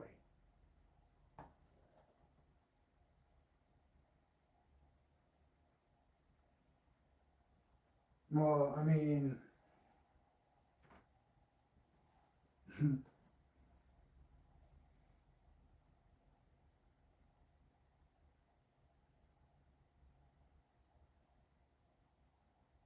no, I don't know, Mike. I mean, when one person declares that they're right in an argument, it doesn't really get more personal than that. That means that the other person is wrong. Once you declare somebody is right, the other person's got to be wrong, right? That's personal. But if you come to an agreement, it's not about the argument, really. It's about what comes afterwards. It's really not about the argument. It's about the agreement that comes out of the argument. And that's how I believe it. We can agree to disagree about that. But I don't like arguing. I think it's pointless. Unless there's going to be an agreement that comes out of it. If there's a goal to the argument, then yeah. I mean, if the goal is to come up with an agreement, that's good.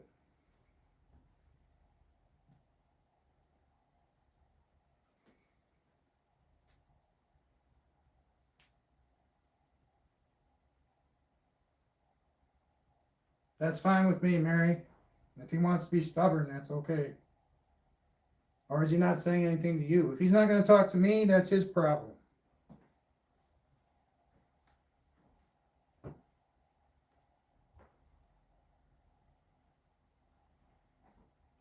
I will move on.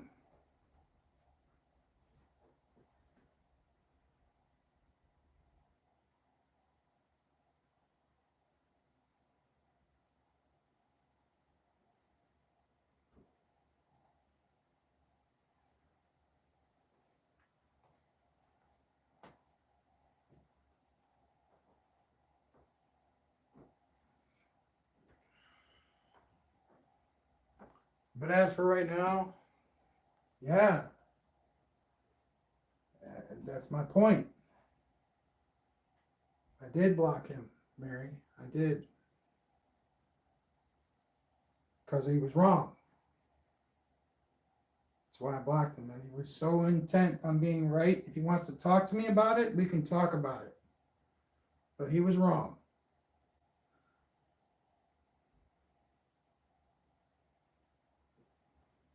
The fact that he didn't want to be a moderator anymore isn't the point. I gave him what he wanted.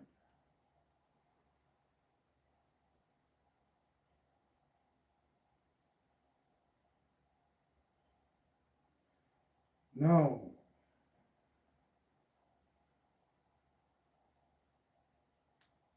No. I don't think Peter's a narcissist. I don't think I'm a narcissist. I am way too well-rounded to be a freaking narcissist.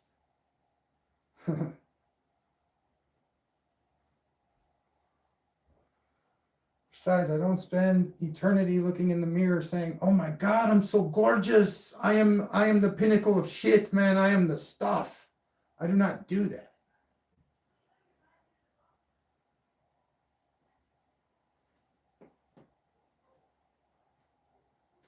I do look in the mirror though, make sure my hair is semi okay, and you know, I do it enough so that it makes sense.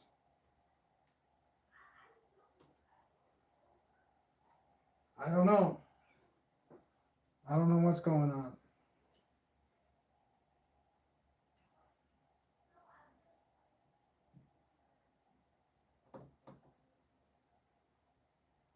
I know who said what.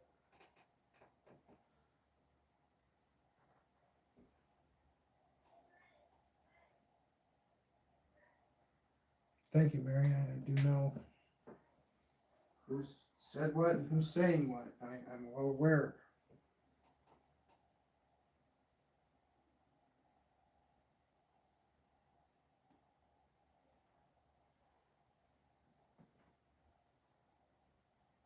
Mm.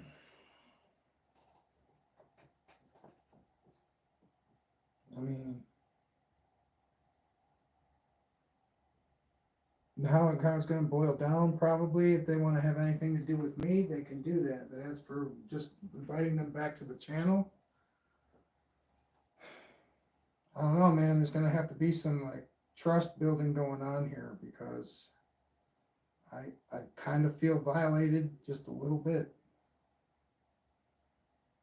I mean, I get into what I'm doing and everything goes to hell. It's just, that's a trust gap right there. That's a breach in trust. I'm trying to figure out in my heart why I'm so upset with this. I keep knocking on wood. You know, all these things. I don't even know why I'm knocking on the freaking wood.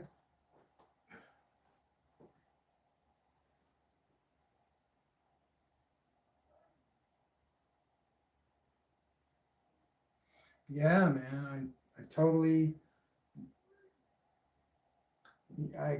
agree, man. If you're gonna, you know, argue, do it with facts, very generalized. Don't make it personal, an argument. And you got to have a goal with your argument. And it's not about being right. Your goal cannot be about being right. Then nothing happens. Communication stops at that point. Doesn't matter how much you know, doesn't matter what level of mastery or apprenticeship you're on. It doesn't matter. As soon as you're right and the other person doesn't have a say anymore, it's over.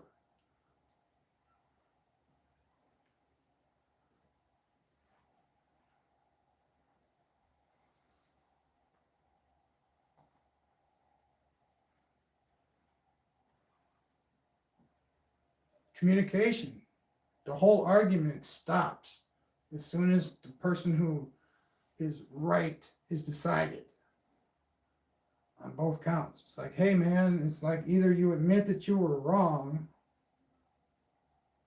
and I'll say I'm sorry for what I did. You admit that you were wrong, yada yada yada, and it's just a curse, because I was wrong too. You know, it's a curse about just in my mind feeling how I know these things should go, and that's terrible. Coulda, shouldas, and wouldas are bad. You need to stay away from that.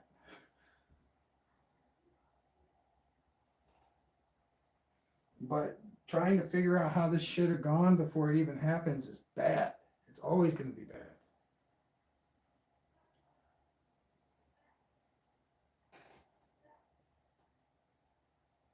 Is it about humility and not proving a point? Not necessarily humility. It's about forward progress. It's about not being a stick in the mud. It's about, you know, allowing the communication to progress, allowing that agreement to be made, allowing compromise to take place. None of that happens as soon as somebody is absolutely right. As soon as, I'm guaranteeing that the whole point of an argument is to come up with an agreement or a compromise. That's the whole point of an argument. No, Peter does know quite a bit. I'm not going to lie. He's got a lot of time into this, you know? But the way that he behaved was wrong.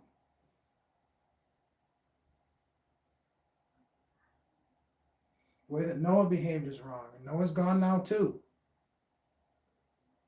I don't know if if you want to come back, maybe we could talk about you coming back, but you don't have to come back. And, you know, nothing has to happen right now.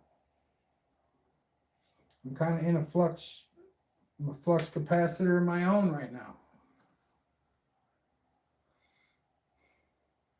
But just heads up, man, I've been explained from 2 people that are on my channel right now the incorrect way to hook up an SG.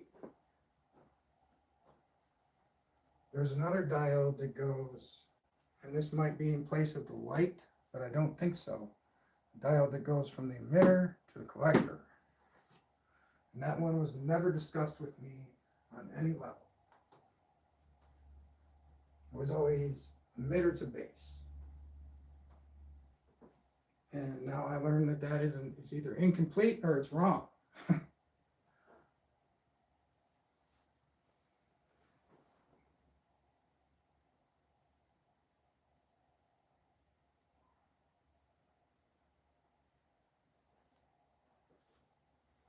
So, you know, the more I find out from all different kinds of sources, you know, I'm trying to keep emotionally detached from all of this stuff because it's not worth getting emotionally invested in. I'm just trying to keep it level.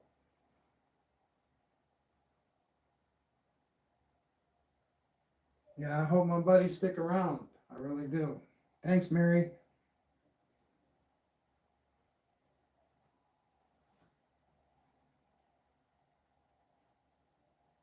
Yeah, I think if there's the things got to progress in realistic fashion. It can't be under guise anymore. I mean, if you're truly going to, you know, utilize everything that you can, communication is paramount.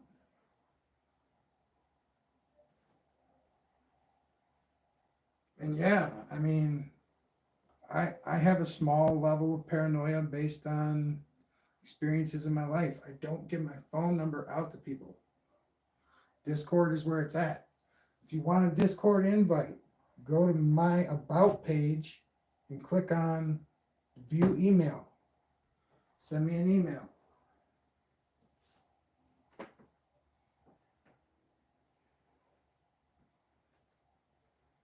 Pulse motors are the bomb. Especially when you look down on it, it actually has that kind of nuclear feeling to it.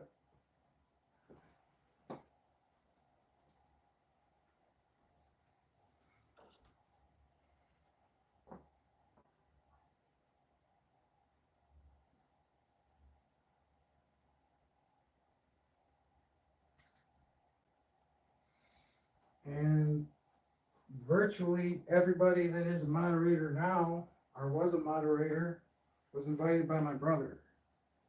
I did not invite you. But I really appreciate you. And I hope that we can work things out.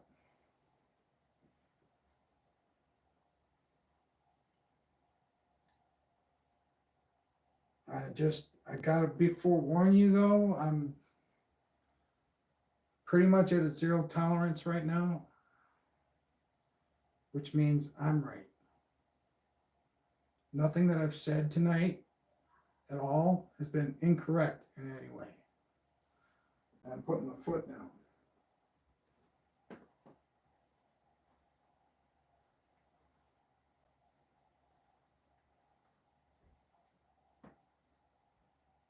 Maybe stuff that I've done was a little brash. I'll admit that. do brash things. I have to. Because I'm very indecisive mentally. So doing things is the only way anything ever gets done. And that's just the way it is.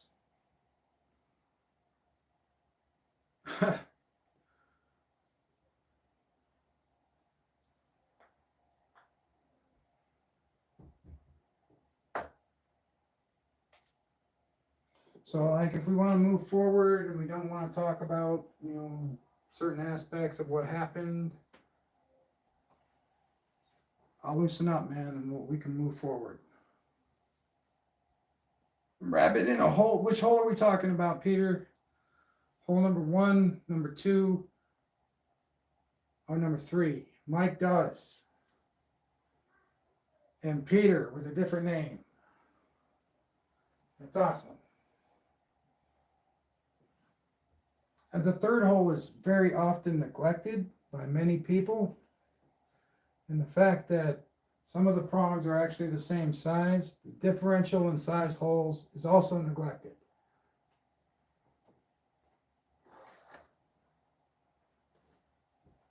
Because I'm a genius, Peter.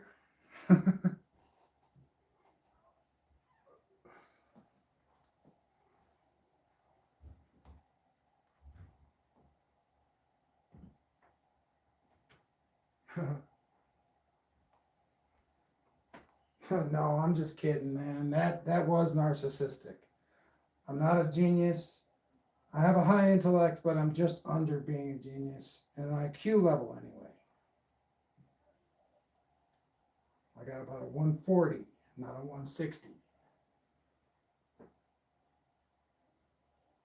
I'm off my meds too, so, it might be a rocky road right now for both of us.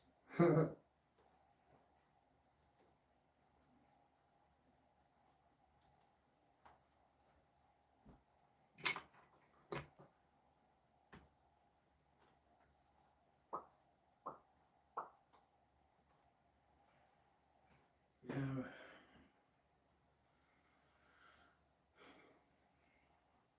Yeah, I've had some insurance problems, so I'm not going to be regular for a while. So it might be rocky on my end for a little while. And all those people out there that guess the wrong mental illness, it's like, dude, get a life.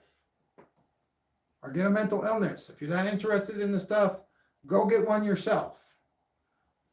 Stop blowing me up about it, Me and people like me, Peter, we have real life problems, real life things to deal with that aren't the realist most of the time. What I'm telling you guys is we put ourselves through shit on a daily basis that you don't even know exists. You don't know. You don't feel things the same way.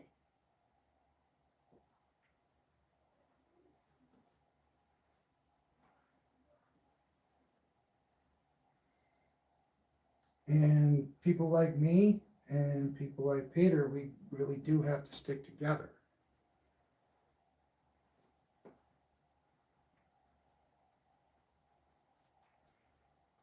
Because seriously, right now, there might be 3 of us that I know are still alive.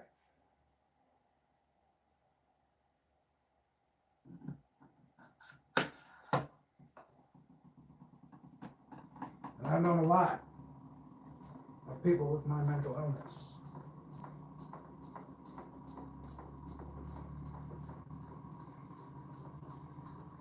Right there, Peter, that, man, pop.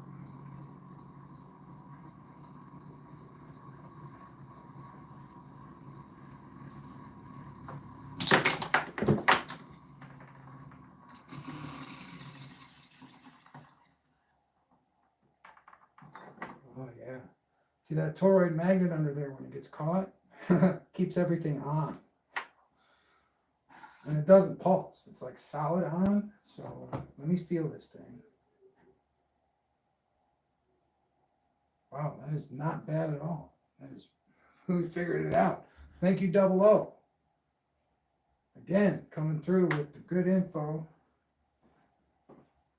And it was simply just about putting the from the battery to the collector first. Instead of putting it through the coils first, put it through the collector first, and a straight DC to the man. I should have just, and then I figured out how to put it together, and there it is. It works so much better this way, like so much better. I wonder why I did it the other way to begin. I was taught the other way first. That's why. I was taught that the coil is the heart of the pulse motor, and then it needs to get the power first. That isn't necessarily the case, especially not in this case.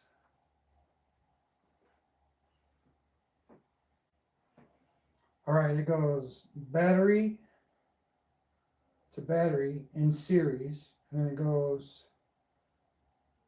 to the collector. And then the reed switch is hooked up to the base through a diode and a resistor. And then the other part of the reed switch, which draws power to run the light and to connect everything, is run into the collector. So it dumps right into the collector. It's run off the power from the collector. And then the emitter is connected to the coils. So the coils are now after the transistor instead of before. And then, of course, it goes from the coils to the ground of the battery to complete the circuit.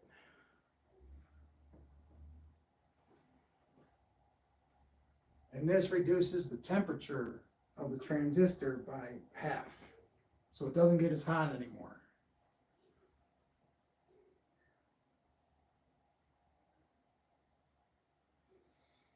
So before I had it go like this. It went battery to coil to collector to emitter to ground. Now it goes battery to collector to emitter to coils to ground.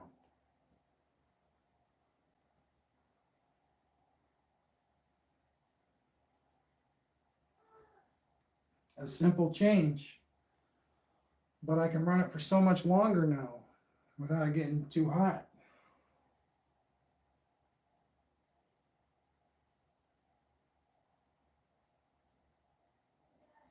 It's really simple though, Peter. It's like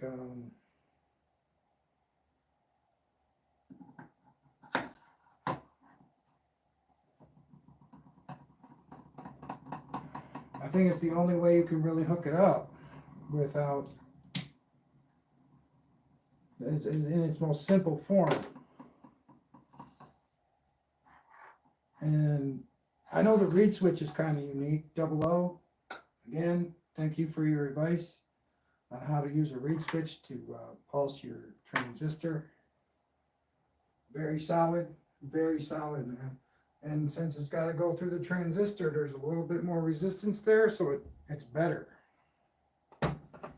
There's about 0.5, 0.7 ohms of resistance right there.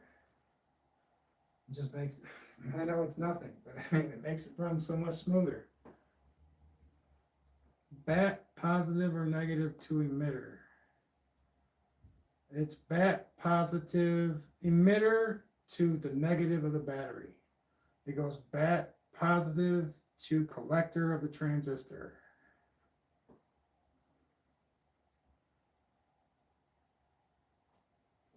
So it goes, starts at the power supply, which is the battery. It goes out the red wire to connect to the collector of the transistor. And then it goes through the transistor, out the emitter to the coils. And then from the coils, it goes to the negative of the battery.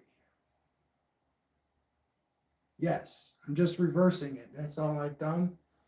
And since it's direct DC that goes into the transistor now, it works so much better than having that split AC after it going through the coils and oscillating for a little bit. this way works way better than all that other crap. I'm sorry.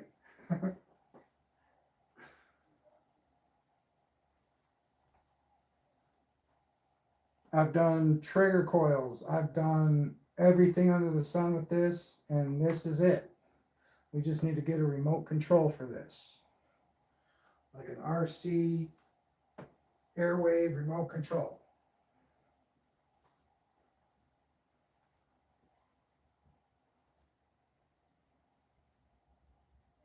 Are you talking about I can charge? Well, these are basically lithium ion batteries, Mike. And I would do, that's exactly what I want to do. And I've been discussing that. I want to change these batteries so they don't fry when I do something like that, and have them charge each other through the circuit, right?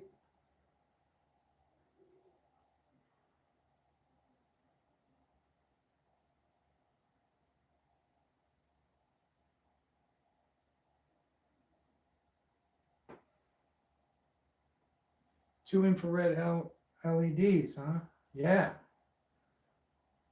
So we'll make a homemade one.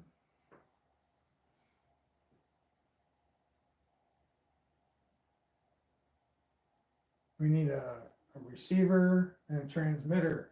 And then just a way to turn it off, basically, is what I need without having to do what I do to turn it off.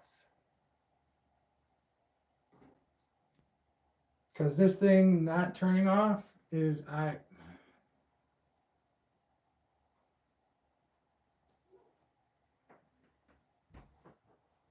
thanks, thanks, thank you.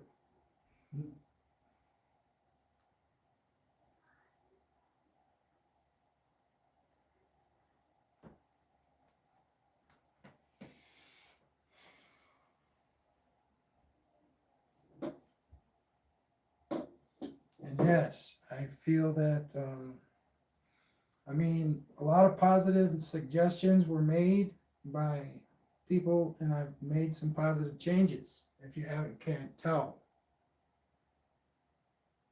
Yes, like an RC remote control car, remote control, put right on the breadboard,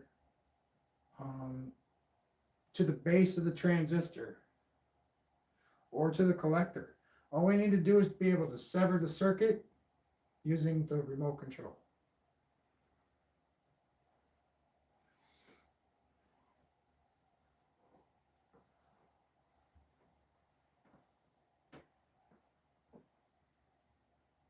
And one of those suggestions was that I do streams for 3 hours.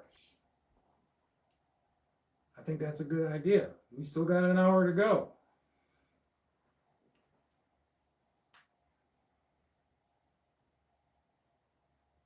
Yeah. Thanks, Mike. Definitely want to cut the power. Because once a coil is triggered, you don't really need the trigger coil for anything else but timing after that point. Because once the coil is on, it's on. But in order to have it timed properly, you got to have it continue to hit the trigger, which now becomes a sensor.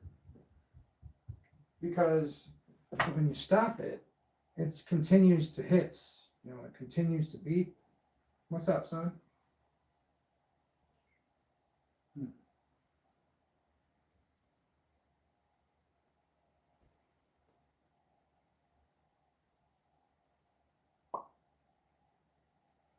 So even though it's not spinning anymore, it will continue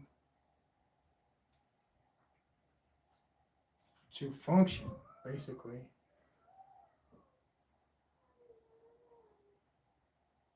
Oh, let me show you what I got for that. It's right here.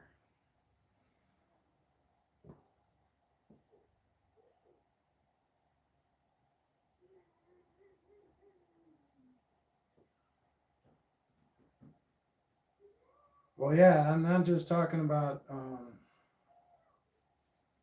it's not the motion that I'm talking about. It's not the actual kinetic energy of the motor that's on. It's the coil that's active. okay? Once it starts to hiss, it will continue to hiss whether or not the motor itself is moving. Okay, so it's been triggered.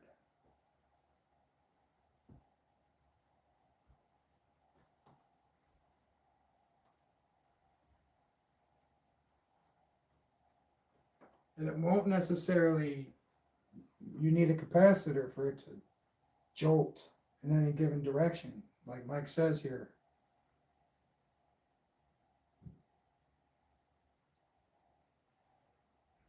I have an AC start capacitor, but this is not an AC build.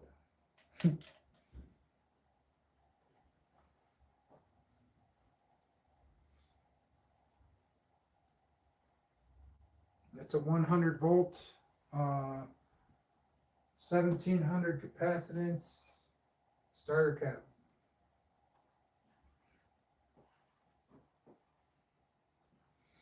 The only problem is that the start cap is about yay big. Won't fit. It's not an option. I need a really little one. This is a 50 volt capacitor with 2.7 micro, so this might work for something. It'll fit, it'll work. If it doesn't fit, it's not even a thing, man. I don't even need to, it's not an issue. It's a non-starter if it doesn't fit.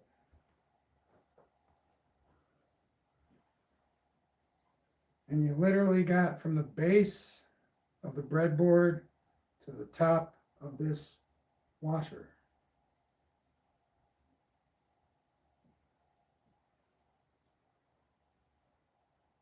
Five to 10, maybe. If all I'm trying to do is create a cap dump on the end of the 32 gauge strand that's going to feed the 20 gauge strand, I don't need that. I just need the 2.7. But if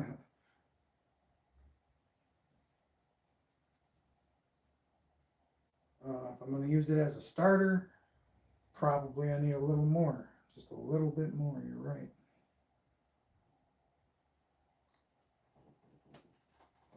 But having the starter, I'm not trying to make it start on its own, man. I could care less whether it starts on its own. I need to be able to turn it off.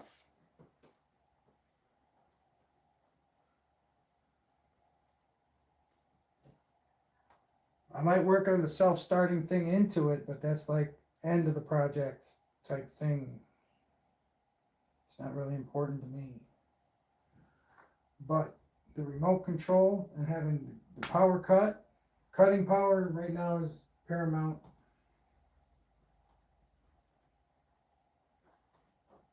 But yes, we will work something like that into here. I'm trying to do it without actually spending any more money. I'm not trying to spend money right now. Any money. $10 is too much.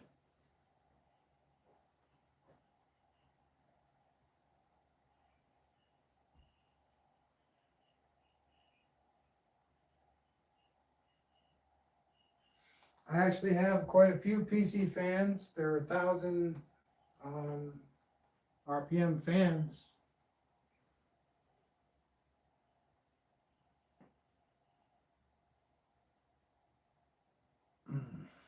I could show that setup. That was one of my early setups, man.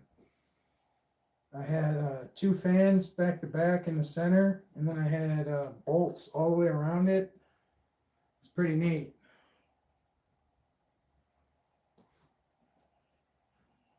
Yeah, if you've seen it, you can go check it out, man. I hijacked a PC power supply.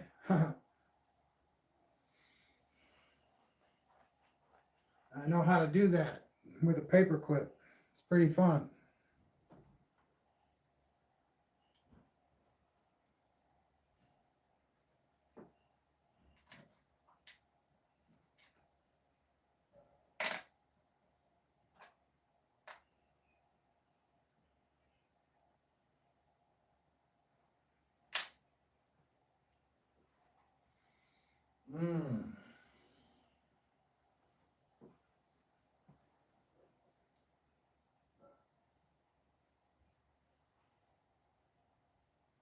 But I have virtually half a storage unit full of paintings that I've done over the past 10 to 20 years.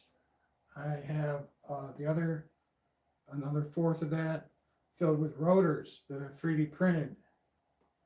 That has been a learning curve, a learning experience. The 3D printer, especially with using Tinkercad and predefined shapes, not being able to create my own shapes, in a way it's limiting, and in a way it's alleviating, man. It's great. It's a lot less work, and at the same time it's a lot more work. It's just a different way of doing it. And yeah, you can say whatever you want to say as long as it's kosher, as long as it has nothing to do with me being a child or unprofessional. You cram that stuff right up you. That's what I say.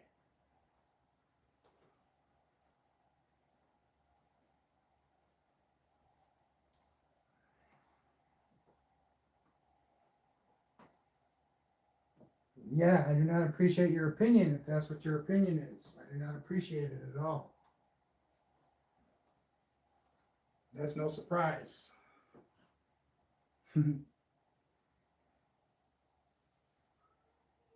Nice, Peter. That's so cool.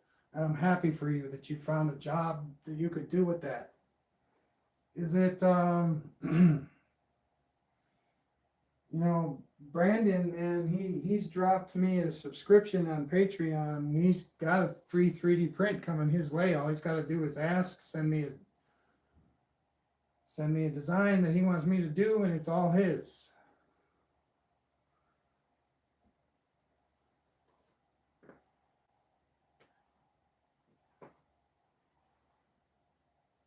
Nah, he didn't disappear, man. He's having a kid pretty soon, dude. He's involved with life right now. Yeah, don't worry about it. Not right now, man. As long as nothing happened to his baby, man, he's all good. He's just really busy.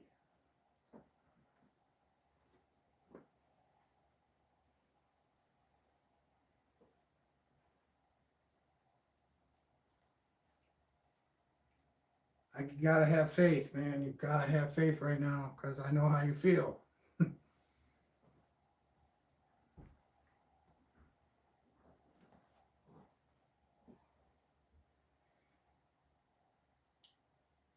Well, I don't think he thinks about it like that.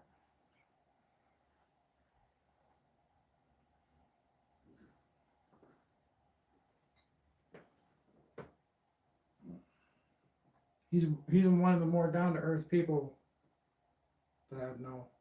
You and him and Mike, you're all really cool people. I'm eager to get to know more people, you know, just as long as we can all be cool.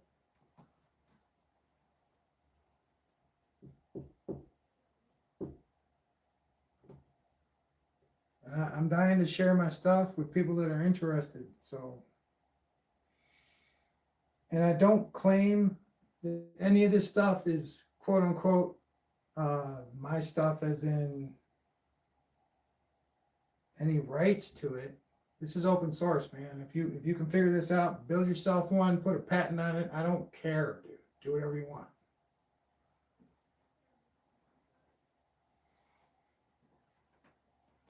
Come after me with a lawsuit. I guarantee you're getting nothing. Nothing.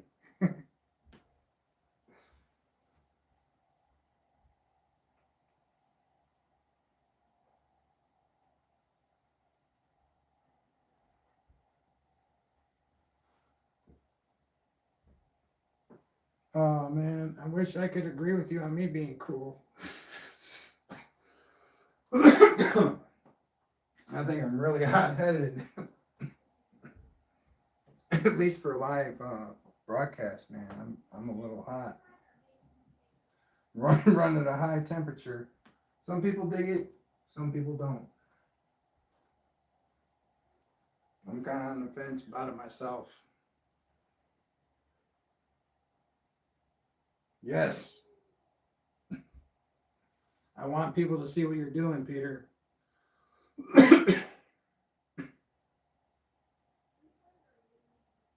There are now currently 20 people witnessing what you have to say.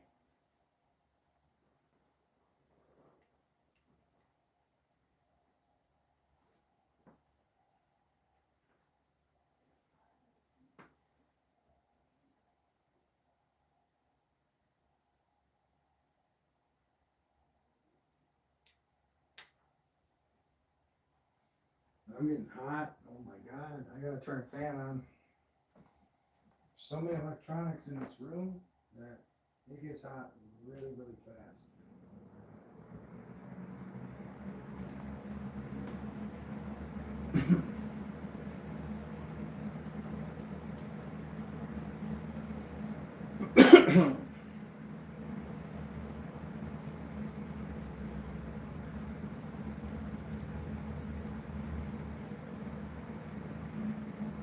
Yes, dude. Show me that. That's what I'm looking for. If we can hook that up into this, this will spin for as long as that will spin.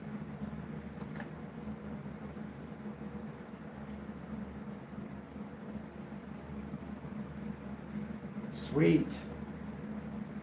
Heck yeah, man. Do you have to take the crank off in order to do that?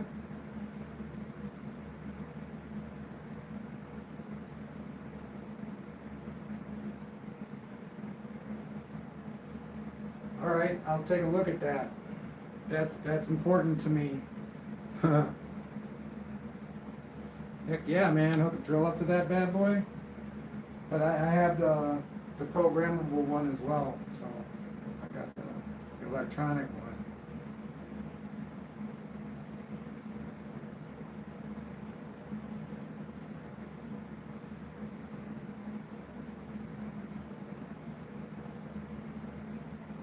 Heck yeah, man. Like these coils right here for the axial flux counter-rotating DC pulse motor, I wrapped by hand. So they're roughly 250 per.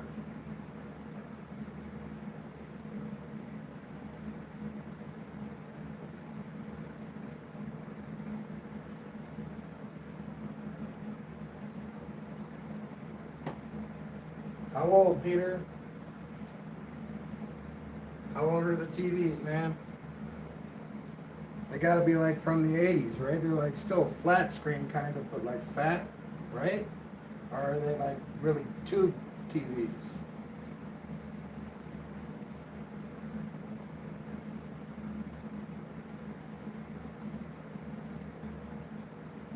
Oh, that's so cool, man. Back in the day, I think they made the stuff to handle a lot more than they do today.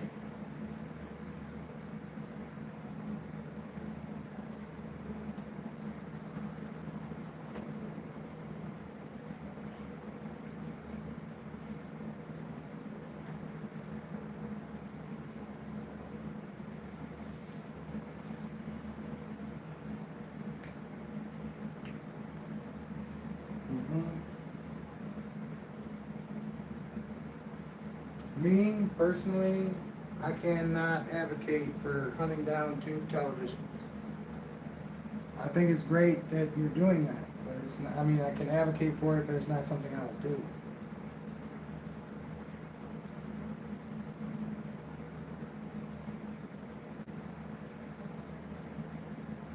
I might pay somebody else to do it for me. How does that sound?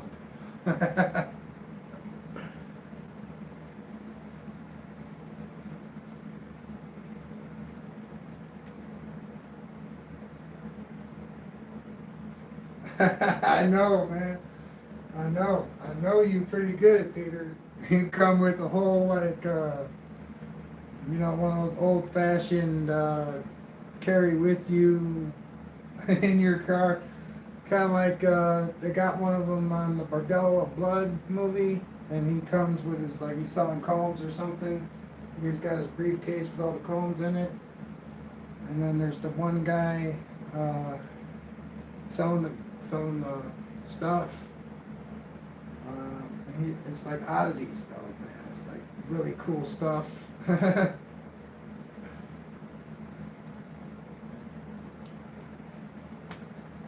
Heck yeah, I could see that going far, actually, really far.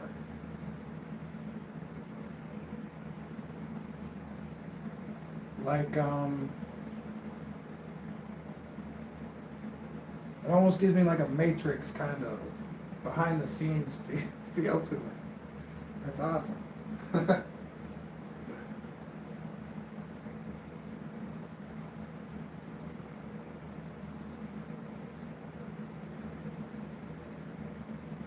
Haha. Yeah. So.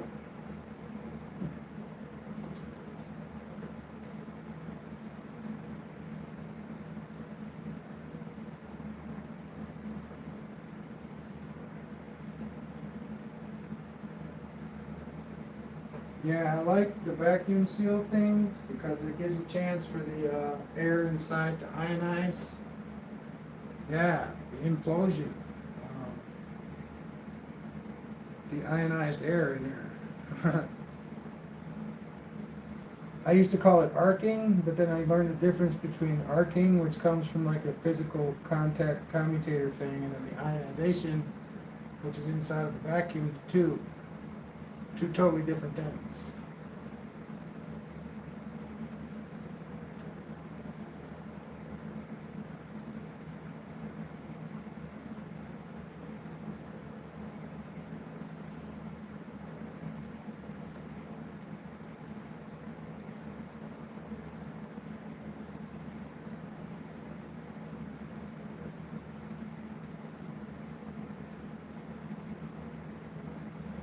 But I was going to invest in some simpler, I guess they're called like germanium or something like that, transistors.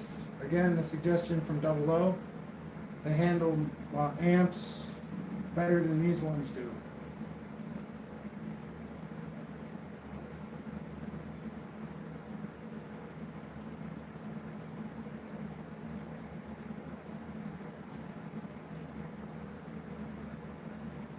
And I think that you showed me like a bag of those one day, but you weren't like, you said, hey man, look what I got. And you're like, eh.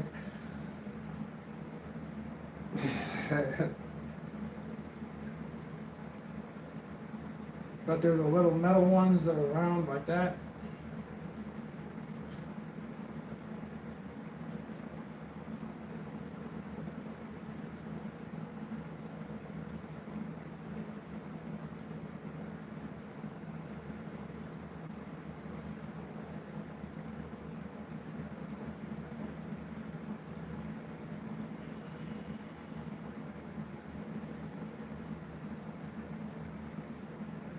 Oh, you're right though. Because of that fact that they're vacuum sealed.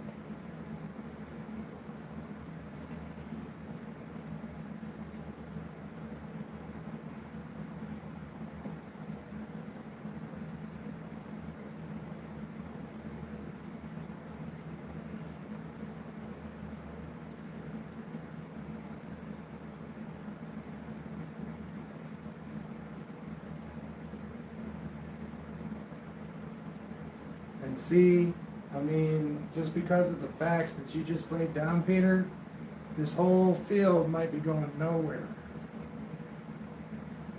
Just nowhere because of that fact that all the power is in the past.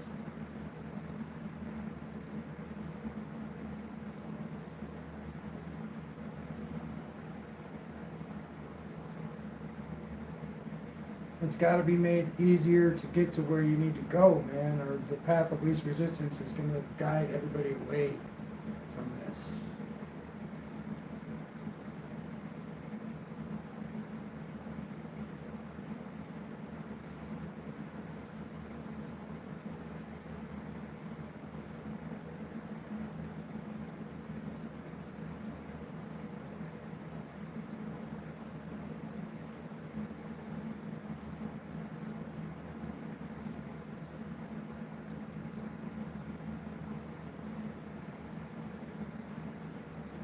No.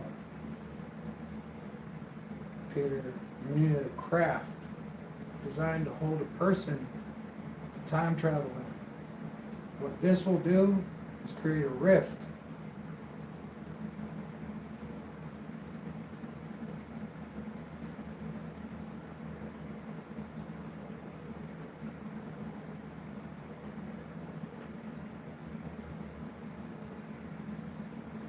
I mean, if you got a billionaire philanthropist that wants to build a spaceship, I'm all down, dude. I will bring what little knowledge I have to the table. And I do mean billionaire philanthropist.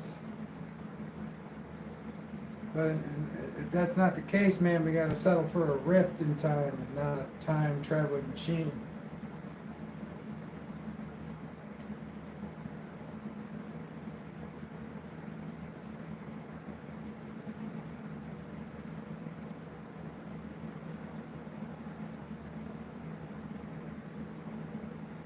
You think he would sponsor something like this? Does he believe in that? I mean, everything that he's done so far has been pretty practical.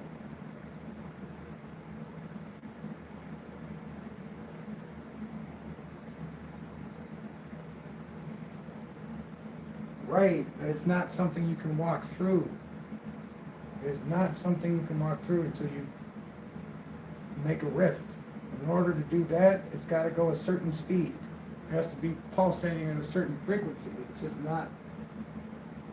All the other stuff, it's very minute. It's not really registerable.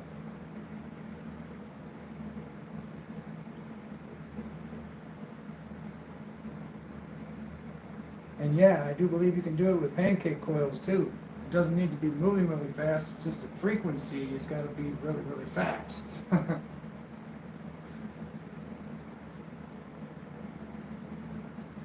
So in other words, the electricity has to feel like it's moving very, very fast.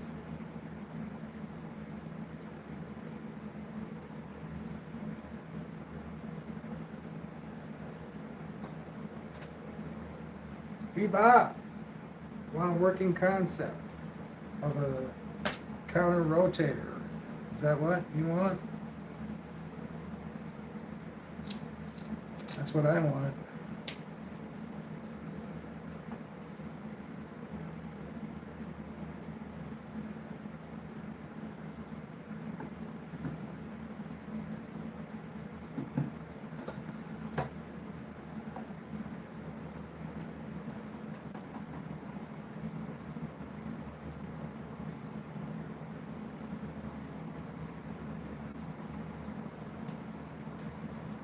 Counter rotation, baby. That's it. It wants to do it. They all want to do it. All these motors want to do this. You just have to untether the stator. You have to free it up to spin. So that's 1100 RPMs right now.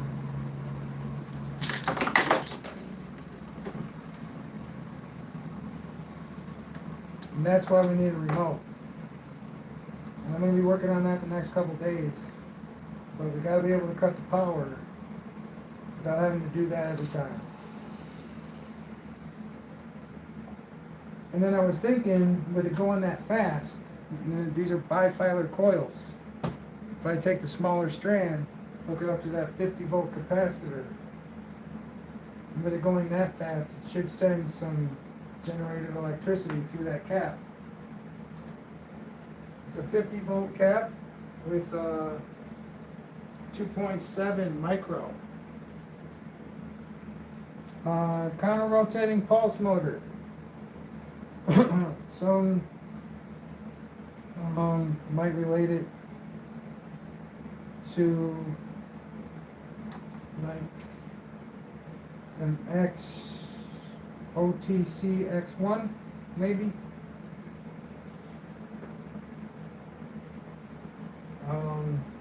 It needs its neutrons, though. It definitely needs its other spinning components to be anything like that. And I have a bunch of them made up. I'll go get one of those real quick.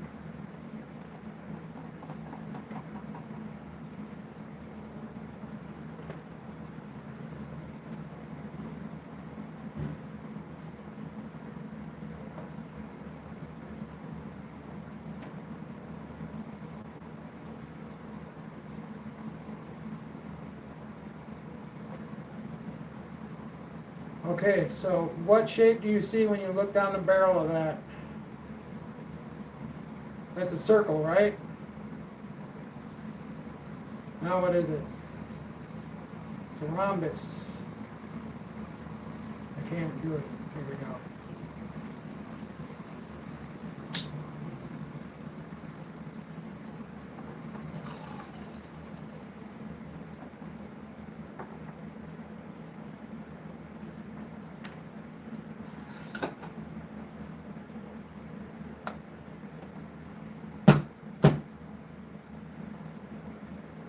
And it also has a hollow sphere in the center.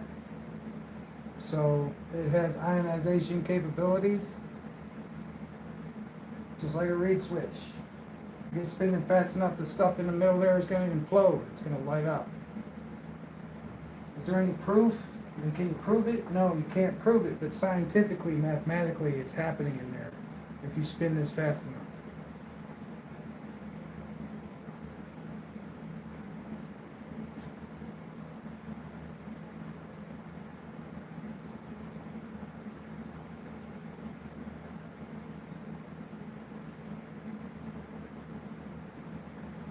So,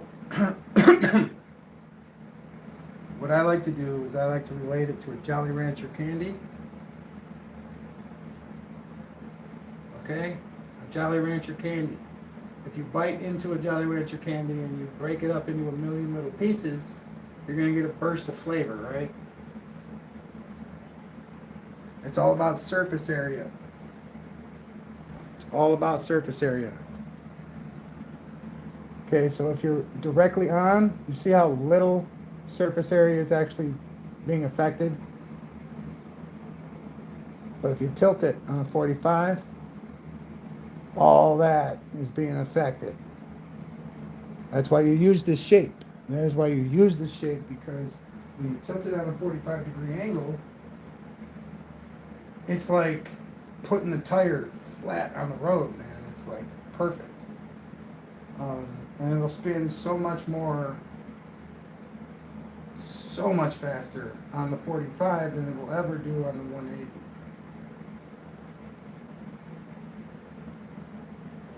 Will it spin for both? Absolutely. It'll spin just because you're making it move. But it'll spin more on a 45-degree angle than it will spin on a 180.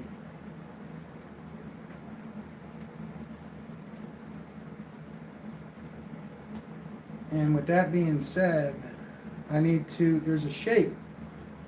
It's like a hook. It's kind of like that. When you separate it, you get that perfect 45-degree angle, and it attaches itself one side here, and then the Utron sits in the middle.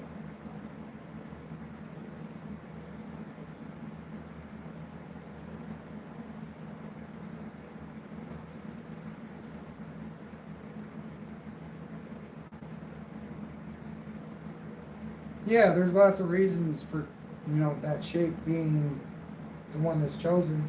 One is the reason that I just described, because it goes in tandem with a different shape altogether. Okay, that's one reason why they choose the shape. Another Peter describes right here that its shape is demonstration of the expanse of the magnetic field. And I'll demonstrate that real quickly. And I always wanted to see these coils in action. Let's see if I turn it on with the reed switch, if we can get a reading.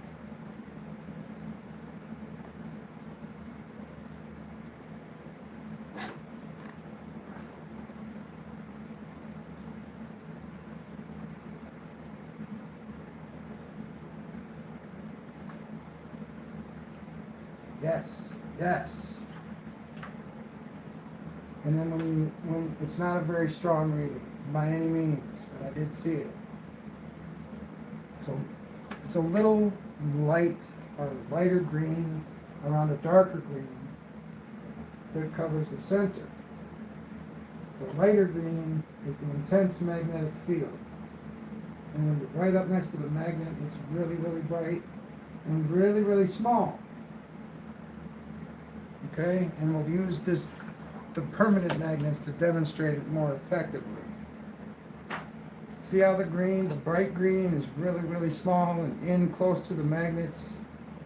And then when you lift it up, it expands. So when you get farther away from the actual point where the energy in the neutron transfers, which is right up on the magnet, you get it farther away and it expands. And it gets to the center and it's two magnetic fields colliding with one another. Right? So you get it expands to there, then you got one coming from the top that does the same thing. But the farther away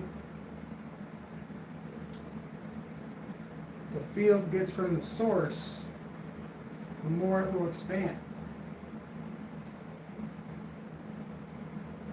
But you got to understand, in order for any of this to make sense, there has to be a source.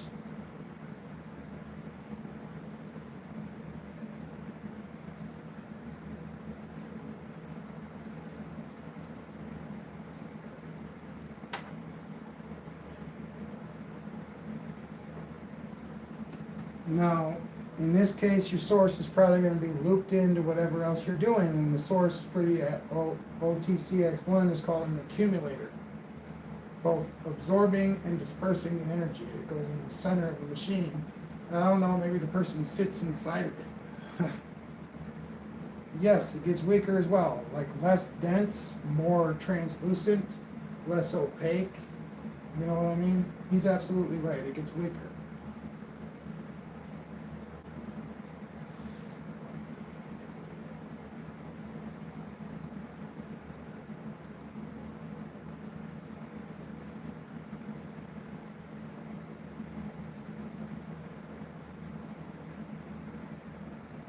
And in this case, the accumulators are the batteries, but they're only working halfway because they require a special charger to charge them.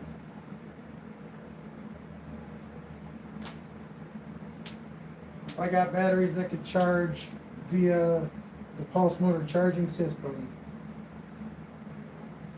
this could spin for weeks, maybe even months, at a high rate of speed.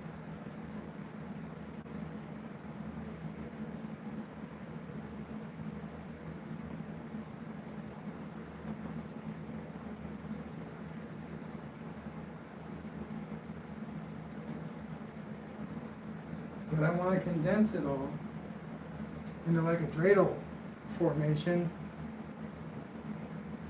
Not a square dreidel, but a round dreidel, just like a top. So, let me see if you can see this. You can spin it like this, spin the stator, and then it will affect the, whatever. Everything will start working just from spinning the shaft. And that's great. That's another counter rotator that I want to do.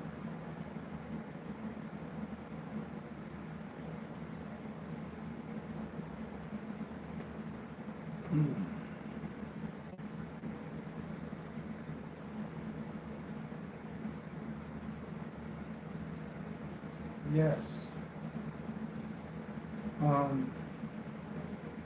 So, to my understanding, what happens is that there are electromagnets on the outer stator. Okay, you spin those, and you got 6 slots that are filled with aluminum plating. So you got aluminum plate, then you have an neutron, and then you have an aluminum plate, and then you have a neutron, and then you have an aluminum plate. All the way around for an entire zodiac, 12 spaces. Okay? Now, if the rotor is spinning clockwise, say the rotor's spinning clockwise, all those neutrons are spinning counterclockwise.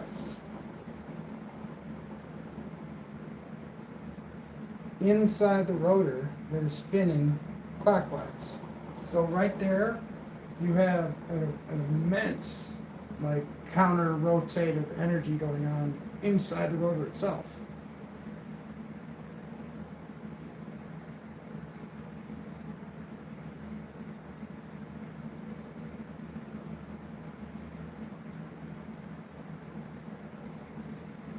And they generate energy by spinning.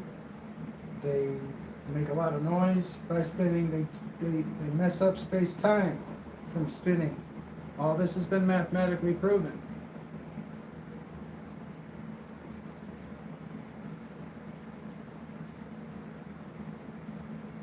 And all it really does, it's not messing it up, really. All it is connecting two points that, following the certain rules, aren't supposed to meet. No, the current rules, not certain rules. And I guarantee you, the rules that we have today will change. So much as I've seen so many things change, from the definition of words to words being excommunicated from the dictionary entirely. This crap will change.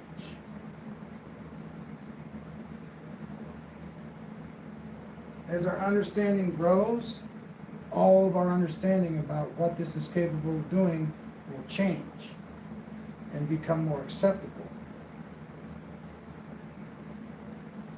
The more and more we see, and that's why I built it, so people could see it work.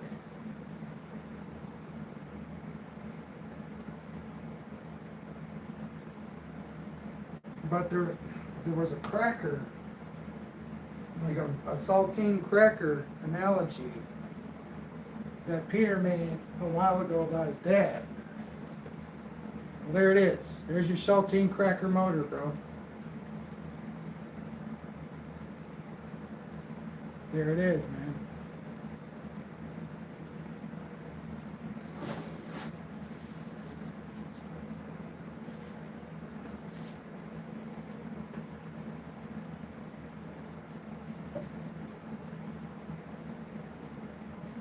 And I painted that probably in 2011. So if that date means anything to you, that's when I made that painting, 2011.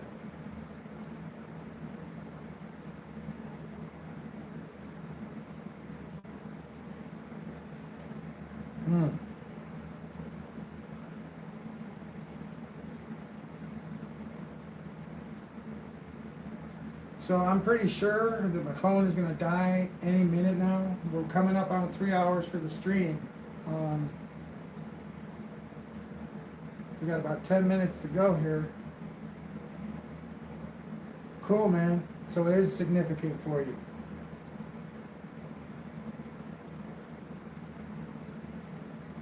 All right, cool.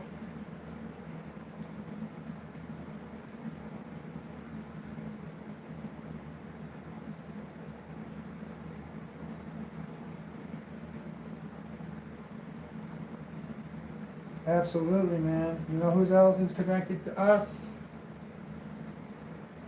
And I love his brooch, man. That brooch is killer.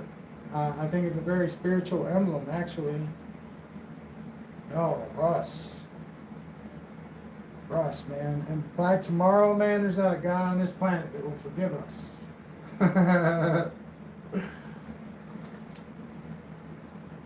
But I'm talking about Russell Ray. And that brooch that he wears, it's awesome, man. I can't stop looking at it. Every time I see, like, a video of that persona, that brooch sticks out in my mind.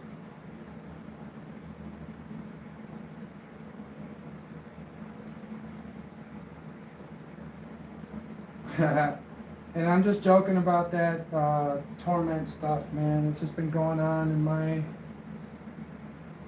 head about, you know, what it would take to have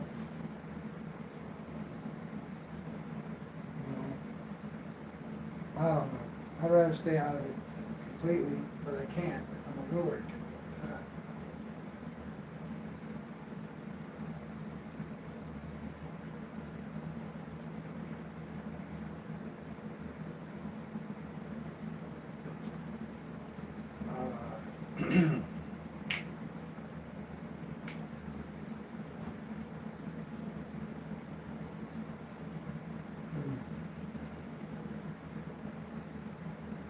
So are you, dude?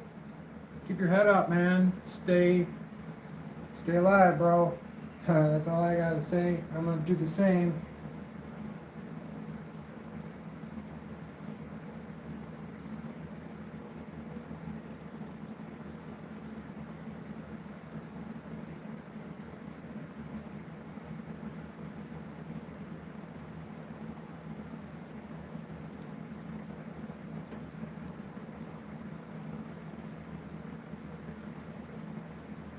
You're in, dude. Don't worry about it.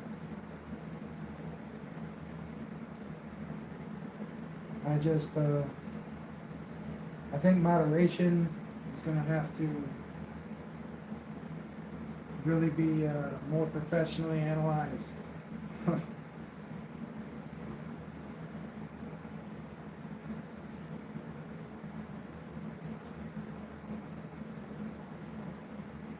I just don't like it when people don't get along under my roof, man. I feel like saying, in my house? Are you joking?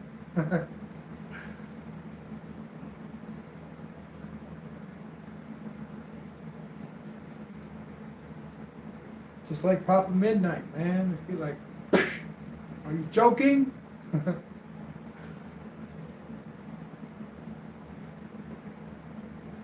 It's funny how I can move my appendages faster than the camera can pick up on it.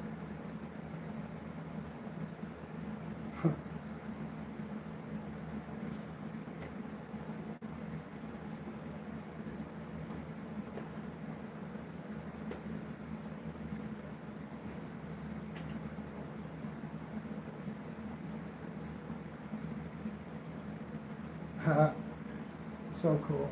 Another thing, I don't know, people think it's weird, but you know, when you have more motor control than other people, they might think what you're doing is weird or impossible or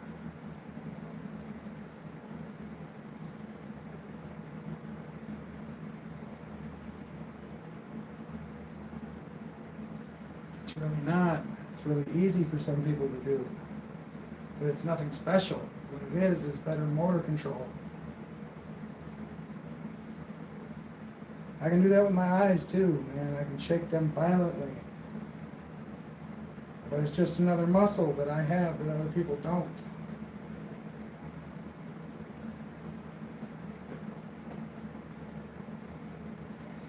Or they might have the muscle and they might just not have the brain power to use it. And whether it's practical usage or not, I don't think it matters.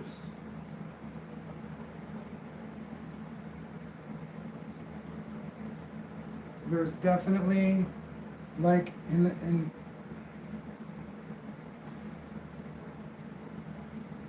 there's going to be two paths virtually in the future. You're either going to have everything artificially implemented into your life via like a Jarvis or something like that. Everybody's going to have their own Jarvis. Everybody's going to have their own AI that they can converse with, that virtually goes with them everywhere they go.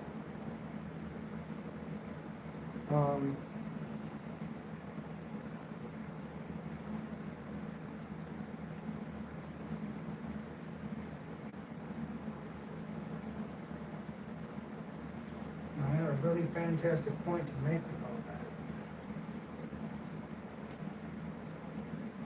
but I lost it. And just out of pure frustration of having such a bad memory, I've incorporated a few changes into my life that will take effect in about a week or so.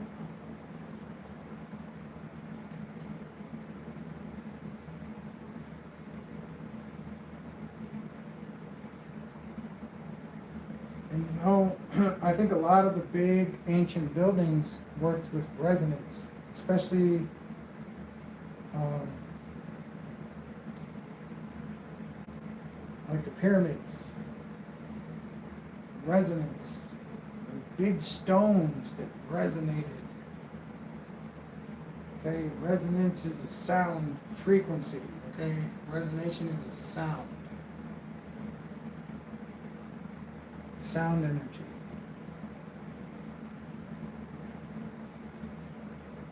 And what it was used to do, one of its many uses, maybe the smaller pyramids, but its capabilities are immense. To send out a resonation that'll pacify your entire population.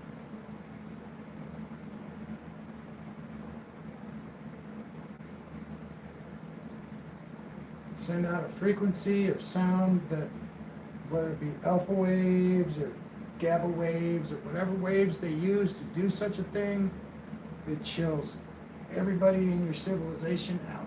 Like, pow. Very compliant and ready to do whatever you tell them to. Build me a pyramid. Do it right. What if that's all you had to say to get it done?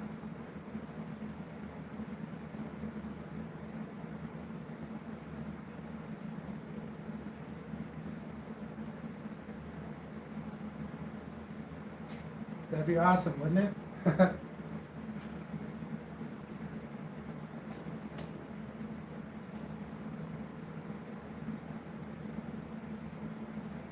See, that's the part about the whole time. Oh, you guys are all banking on some sort of huge chain reaction happening.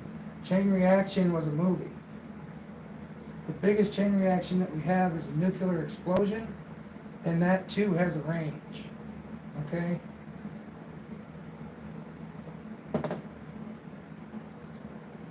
The chain reaction is limited. It's not going to change the entire universe. It's limited to the range of the event. So this new supernova is bigger than Betelgeuse. Yay! You know, I'm sure there's a million more of them just blowing up everywhere. Seriously.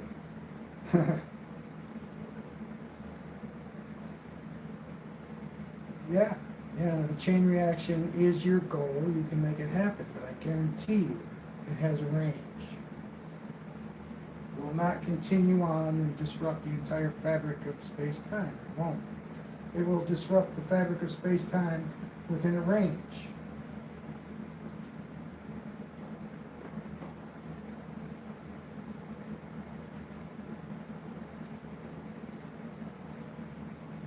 That's my hypothesis.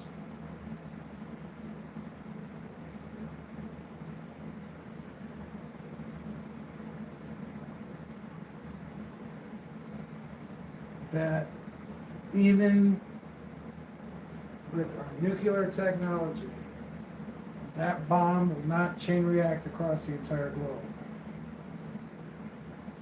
It might blow up a city or, a big explosion, but it has a range. Everything, even our most utter attempt to create that chain reaction, has a range.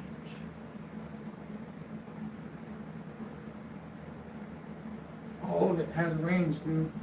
And I guarantee you, if it is in any way, shape, or form alive, it will cut you off if you're trying to fuck with it.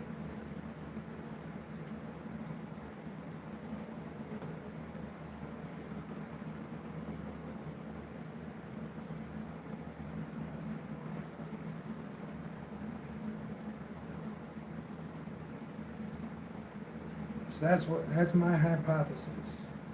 That for whatever reason, your event is limited to a range that is affected, with its chain reaction included. It's limited to a range.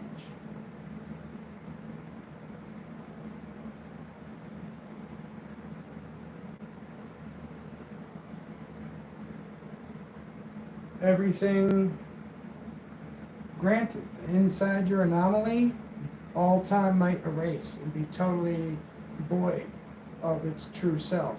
And You can step through this rift and you will be back with the dinosaurs without a problem. Or you can go into 1440 or wherever you want to be because you can. But I mean, what's the freaking point? Who cares? Really, you're not going to be around in 4040 is what I meant to say. You're not going to be here.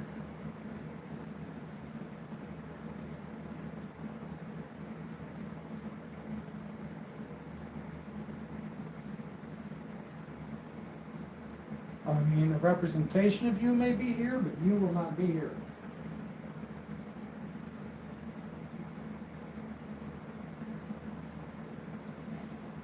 Oh, man.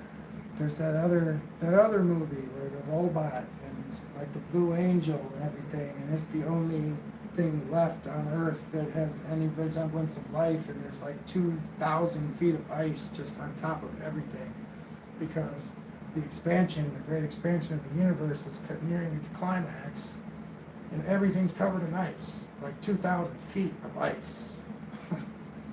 Not just Earth, but everything.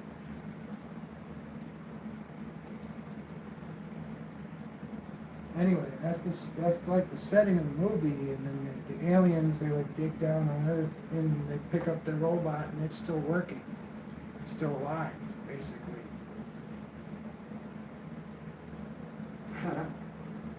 It's a great movie. A really awesome movie.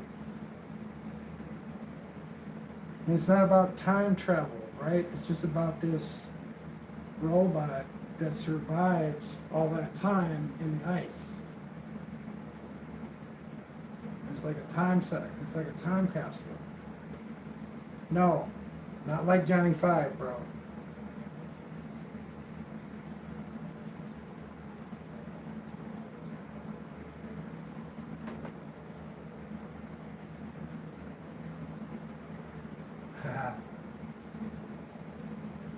Short Circuit. The name of those movies is called Short Circuit. That's why I thought you were talking about it.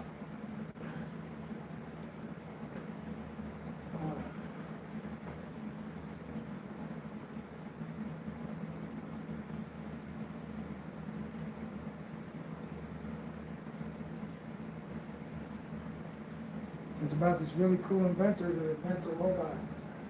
Builds a robot. And it's virtually an AI. Like one of the first AI designs is pretty neat.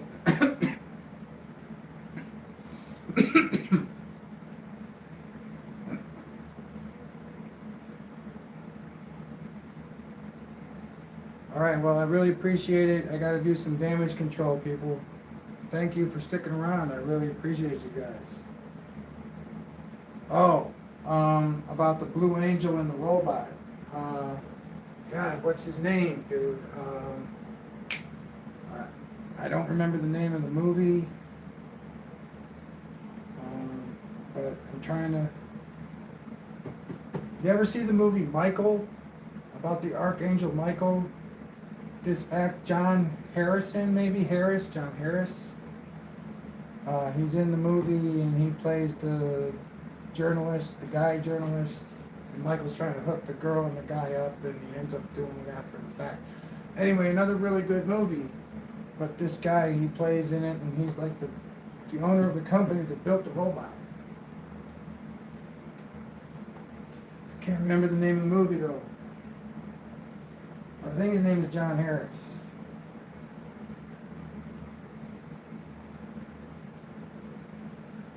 You'd have to Google that. I mean, I can only give you the data that I have. But, I mean, a keyword you can look for, Blue Angel.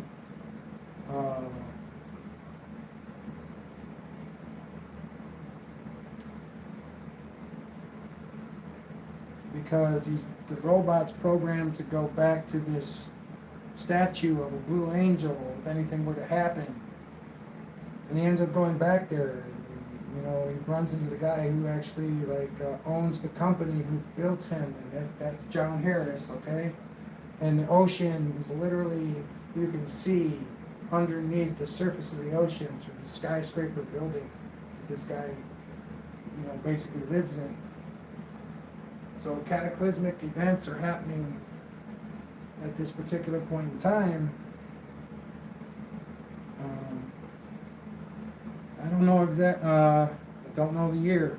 I just know the actor. God, I wish I remembered the robot guy. He's a really famous dude too.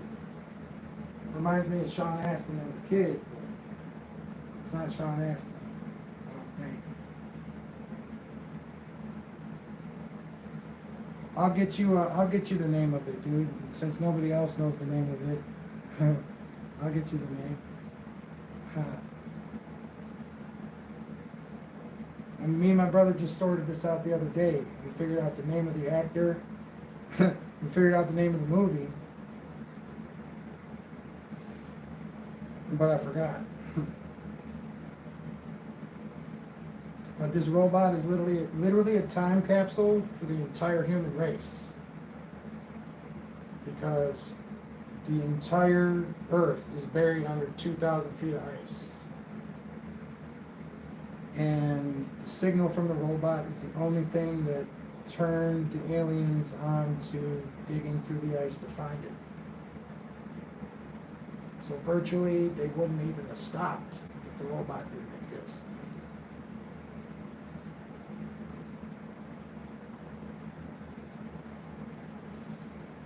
And of course, the robots had cloning capabilities. They found a hair of the mother of the robot. The reason they bought the robot in the first place was because the son died. So the mother bought the robot to replace the son, kind of thing, and there was a lot of love and all that stuff. But they said virtually to the robot, we can bring one person back to life for one day. Who do you want it to be? And of course, it ended up being the mother because they had the hair that was on the robot from the mother. And it was easy to do. Just a really powerful movie, man. Just tremendous. And it was really a far-fetched movie for the time, but looking back on it, man, pure genius. Pure genius, man.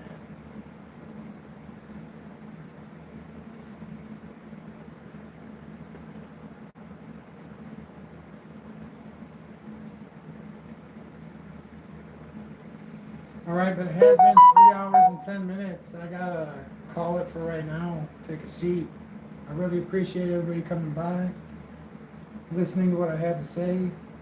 I totally vibe with you guys. I appreciate it. Peace. Come again.